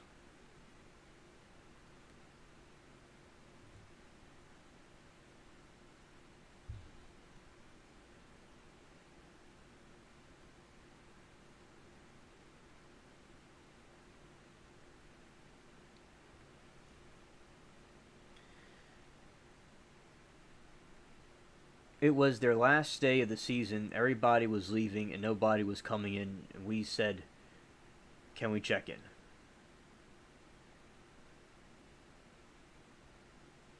I did not know that, Cyber Chick. Thank you for sharing. In a lucid nightmare, the author dreamed of a coiled fire hose coming to life and chasing his screaming son as he ran down the halls of the hotel. After waking in a panic, King lit a cigarette and stared out the window. By the time he had finished the cigarette and gone back to bed, the rough outline of The Shining was fully formed in his mind.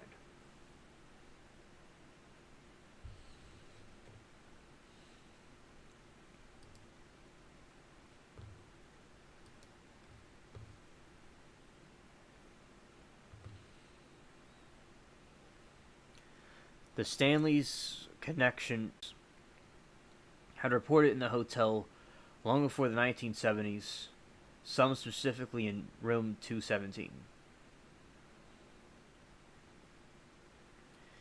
After the valley experienced a flood, the 2-year-old hotel's power went out for the first time. Freelane Stanley took upon himself to install a gas lantern in each room to provide the guests with light, and leak caused a build up of gas.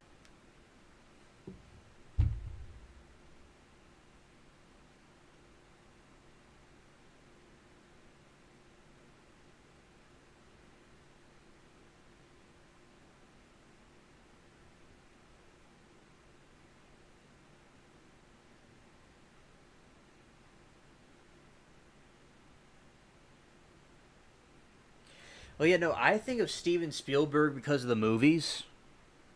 That's why I'm more used to him. But I know about, yeah, Stephen King did a good thing about these birds that attack people. I think that was him. That this man said, did she see Doctor Sleep? People are wild.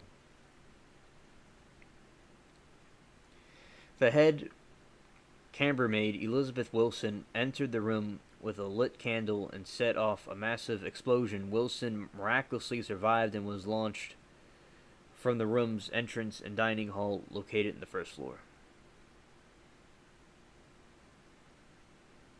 Coca-Cola is giving us an ad chat. It's saying staying up too late, spicy tacos, and iced coffee. No, an iced Coke, rather. Yeah, okay, thank you, Internet, for showing that again. Staying up too late, spicy tacos, ice cold Coke. So I guess aliens drink Coca-Cola. Here we go.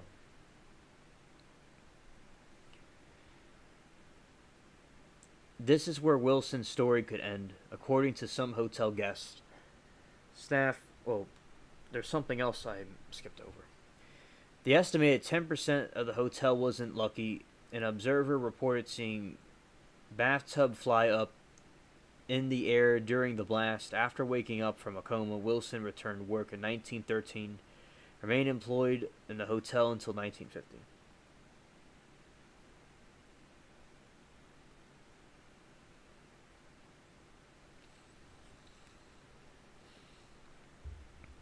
This is where Wilson's story should end, but it doesn't. According to some hotel guests and staff, her spirit is said to inhabit room 217, but reports claim that she's typically more helpful and scary guests. One couple told a staff member that Stanley and their bed was made around the time during the night with them still inside, but take note, if you're considering staying at the famous hotel and aren't married, you may not have the most restful night if you choose the room 217. Unmarried couples have reported a chilly presence settling into the bed with them as they slept.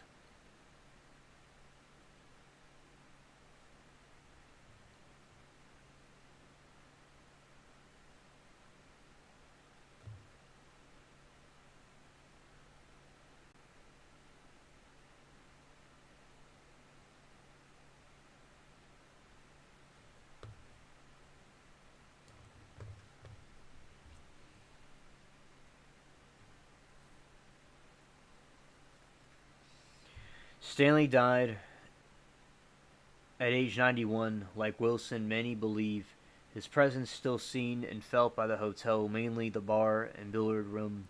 The phantom of his wife Flora has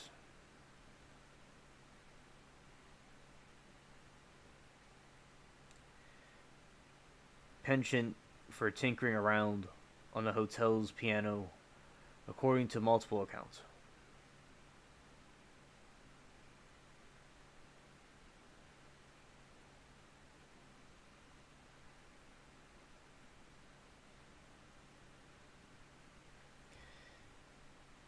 Some hotel tour guides believe a ghost of a child with autism wandered the property in places where the guests tear, and so forth.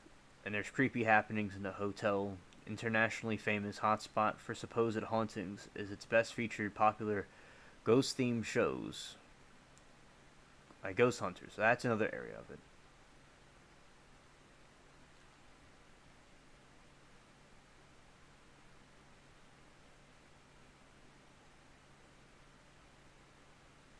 The Shining, I was too young to see it, but yeah, I could see it now.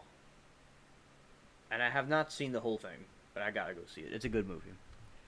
Whether ghosts actually exist, or if it's life after death, or it's not something we're equipped to meaningfully address or answer, the short article with 100% accuracy is that Stanley Hotel has a couple of decently creepy locations.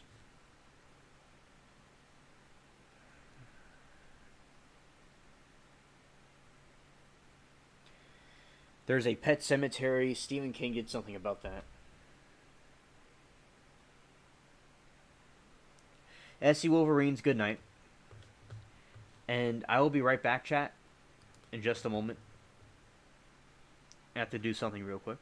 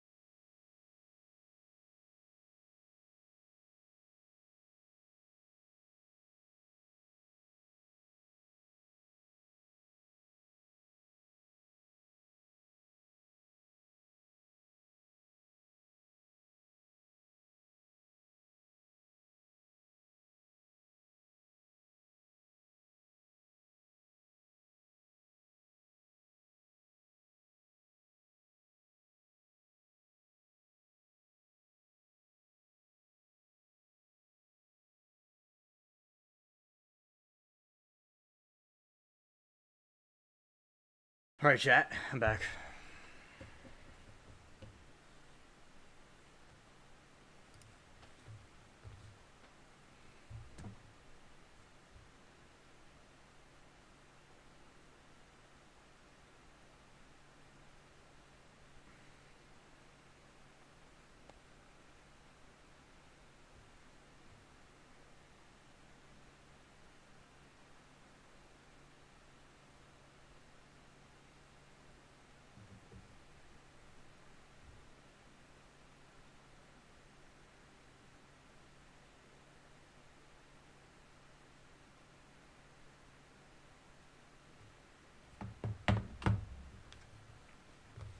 Alright, I'm going back to see y'all in a moment.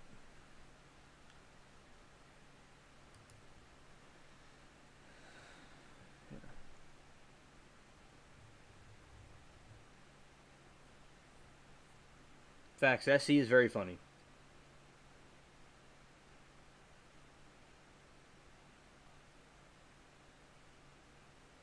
Amanda, that's very cool. That's very cool.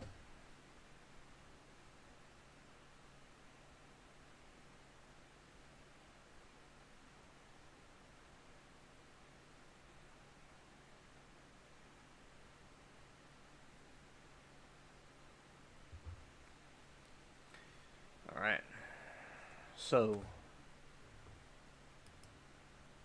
these include an open site pet cemetery where some owners' animals have been laid to rest over the years. Casey, a friendly golden retriever, is said to still deliver newspapers and scratch at the doors to be let in from outside despite being buried in the grounds.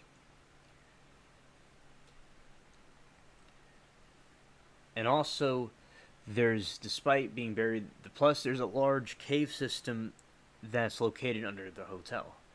Why would a hotel network of a cave, you ask?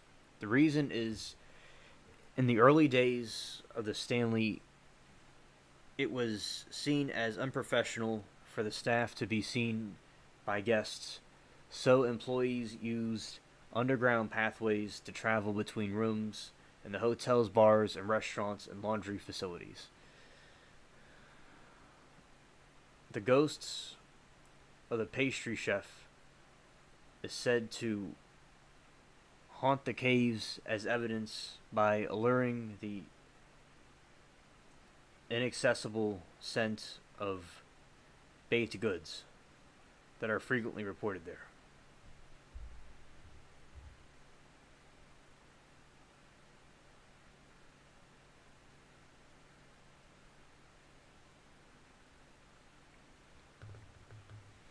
Room 401 is, according to some, the creepiest room in the hotel, as thought to be haunted by an unfriendly male ghost. By some accounts, women have claimed that they were inappropriately touched or unknown present while standing in the room's closet.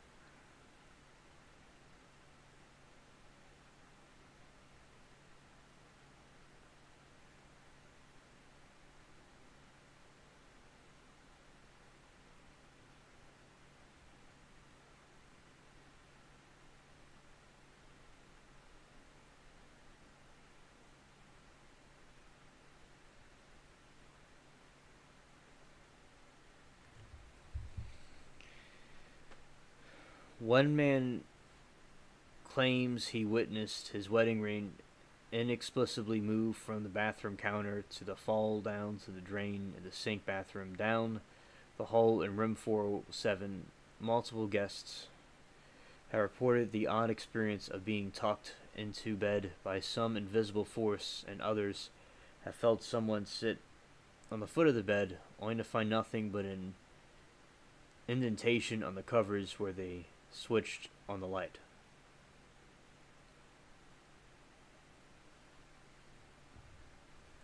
In room 428, some have seen visions of a cowboy looming over the bed as they slept, standing in the corner. There aren't any rooms above the room, yet over the years there have been multiple reports of strange sounds like furniture being moved, footsteps emanating from the ceiling. Even without paranormal reputation, Stanley Hotel is a beautiful, fascinating place to visit, but with potential to experience a haunting firsthand. Guests of the world over travel here in hopes of witnessing something profound, unexplainable. If you're unsure whether you believe there's something more to meets the eye happening here, you have to book a room to see for yourself. When you do request to be booked, one of the fourth floor, because it's supposedly where you're most likely to experience something, according to the accounts.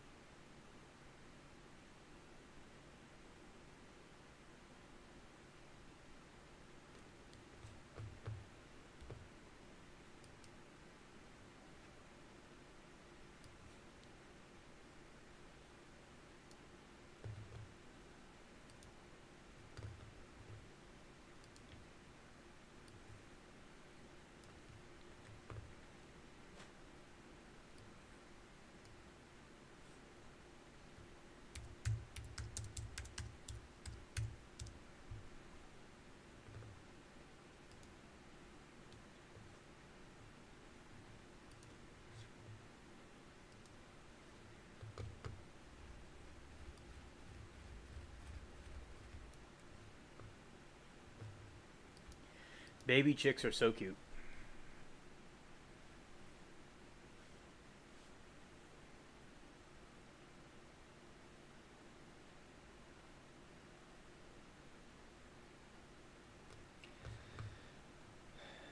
And we'll see White Ghost.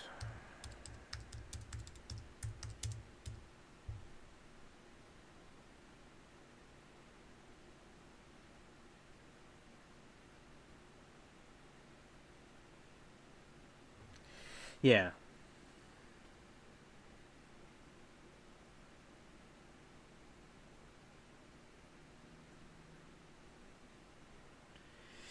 Right on, Amanda. The monster's coming. Bubbles is here.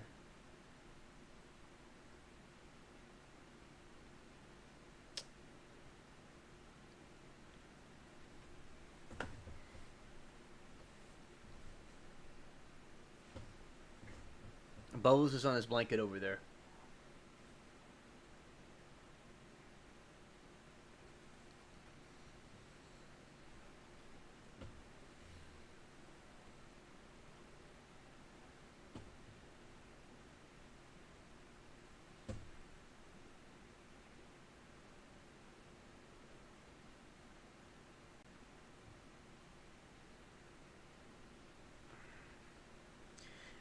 Certainly will show it, Amanda.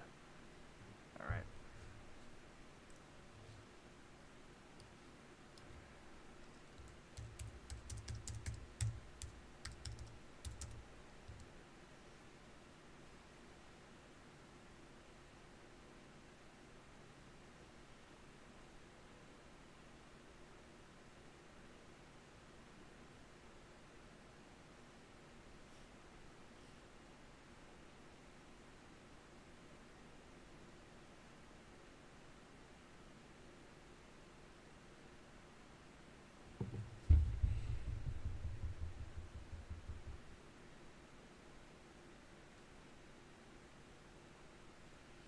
They told Amanda told you hello, Bubbles.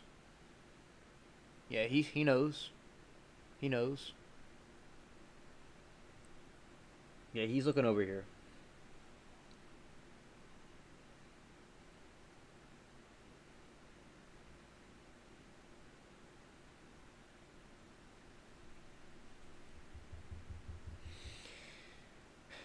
Also,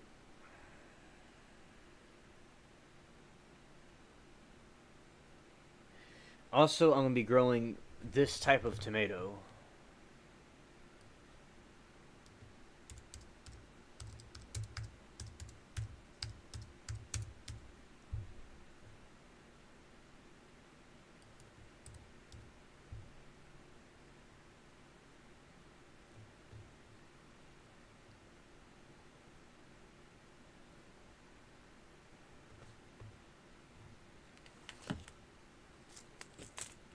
Not these, but like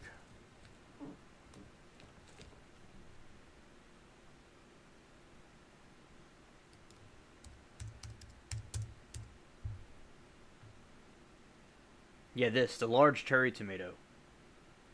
That's what I'm going.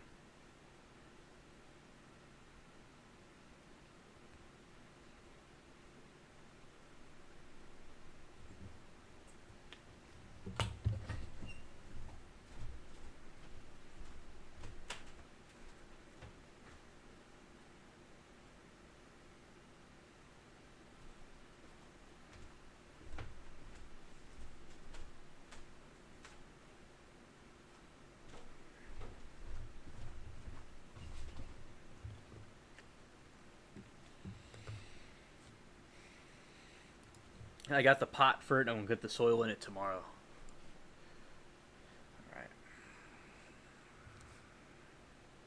So those are some new plants I'm gonna grow. Got 3 viewers. Nice. And yeah, so basically, yeah, with this stream, thank God I was able to get on. I can't stop saying that. And I liked how we talked about the different ghosts and things for Halloween, and we're gonna have more Halloween themed live streams. Tomorrow it's gonna be about we're gonna talk about the cold medicine and stuff like that from the FDA and things like that tomorrow. And also, this was an excellent stream and an exciting entrance.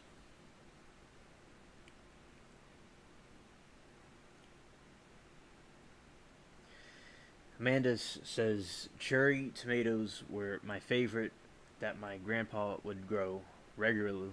Regular tomatoes, not really a fan of, but I love popping these little ones in my mouth. Delicious. Yeah, thanks, chat. Yeah, and like the seeds are right here, actually.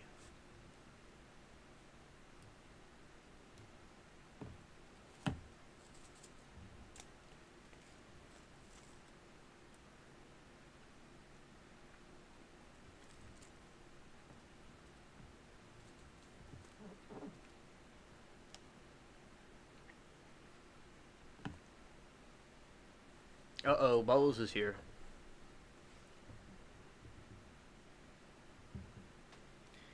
He's shy.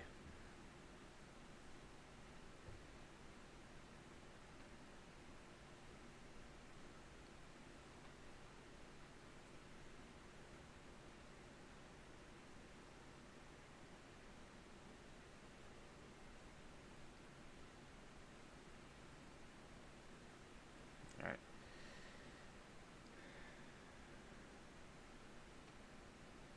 And yeah, soon. And oh yeah, recently I've been doing a lot helping out my grandparents and helping my mom out with things with the cats and stuff. Cause like my grandma doesn't do what she used to do, so we like help with the cats and different things. And tomorrow I'm gonna help him with the. I'm gonna edge the grass I cut. So, so it's been very busy myself and working on the different projects and things for the channel and for my other ambitions that I have. Come on, dude. Come on.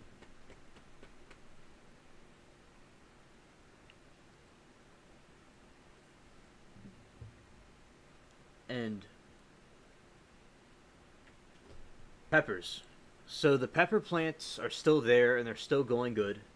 And with the peppers, some of them are being stored in the freezer, and some of the peppers, tons of them have been dried out. I've dried out tons of peppers. Y'all could see Bubbles' tail.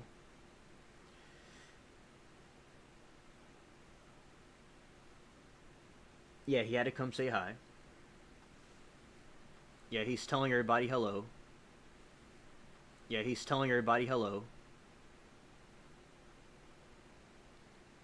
Let's see.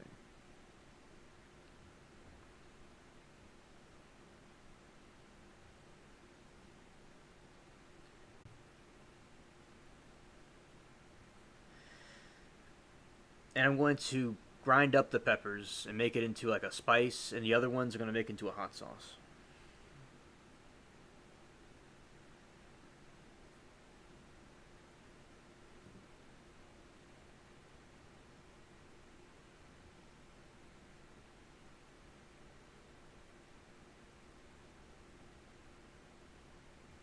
All right. There we go.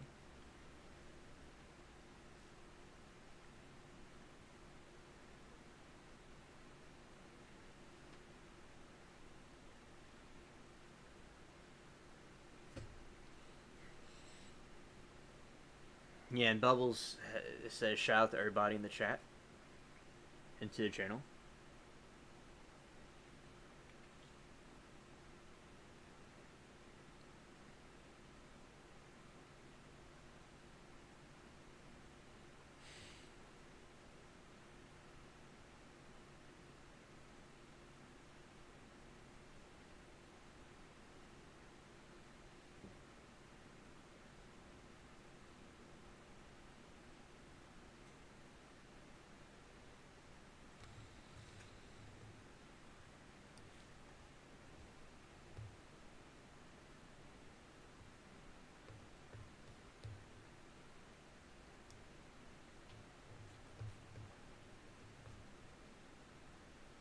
Yeah, the look on his face.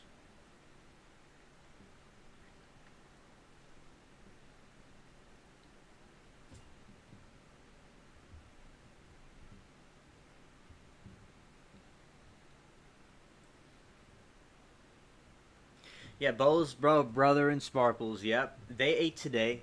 Today they're eating and having a good time. Oh, thank you, Amanda. Glad you like it. It's the Reaper and it's holding a skull. It's kind of like it's a spooky thing, right there. The stuff we talk about. I love bubbles.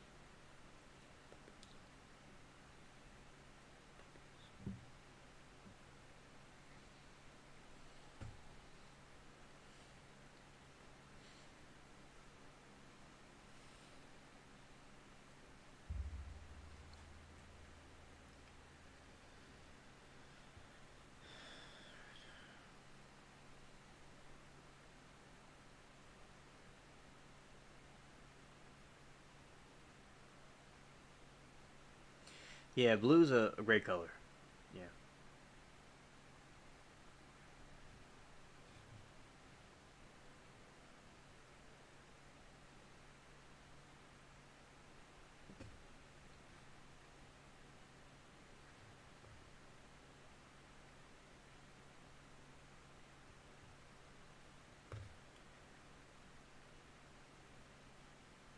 And I'm still gonna go live tomorrow. Hopefully it just goes smoothly next time. And I could play the pirate game, and I can just do it like the regular ones.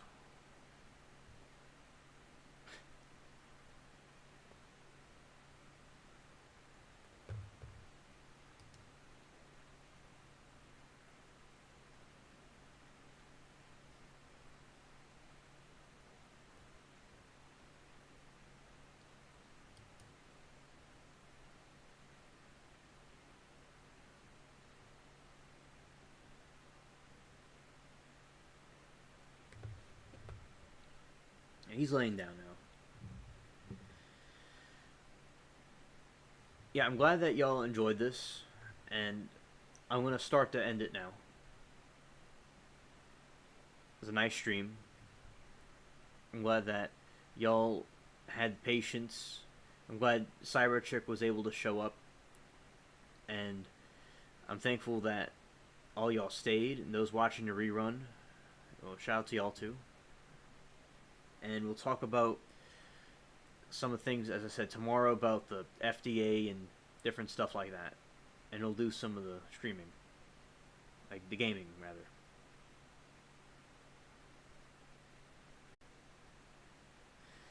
And God bless you all. See you tomorrow, God willing, and we'll play the game next time. All right, and good night. Good morning, rather, in some places.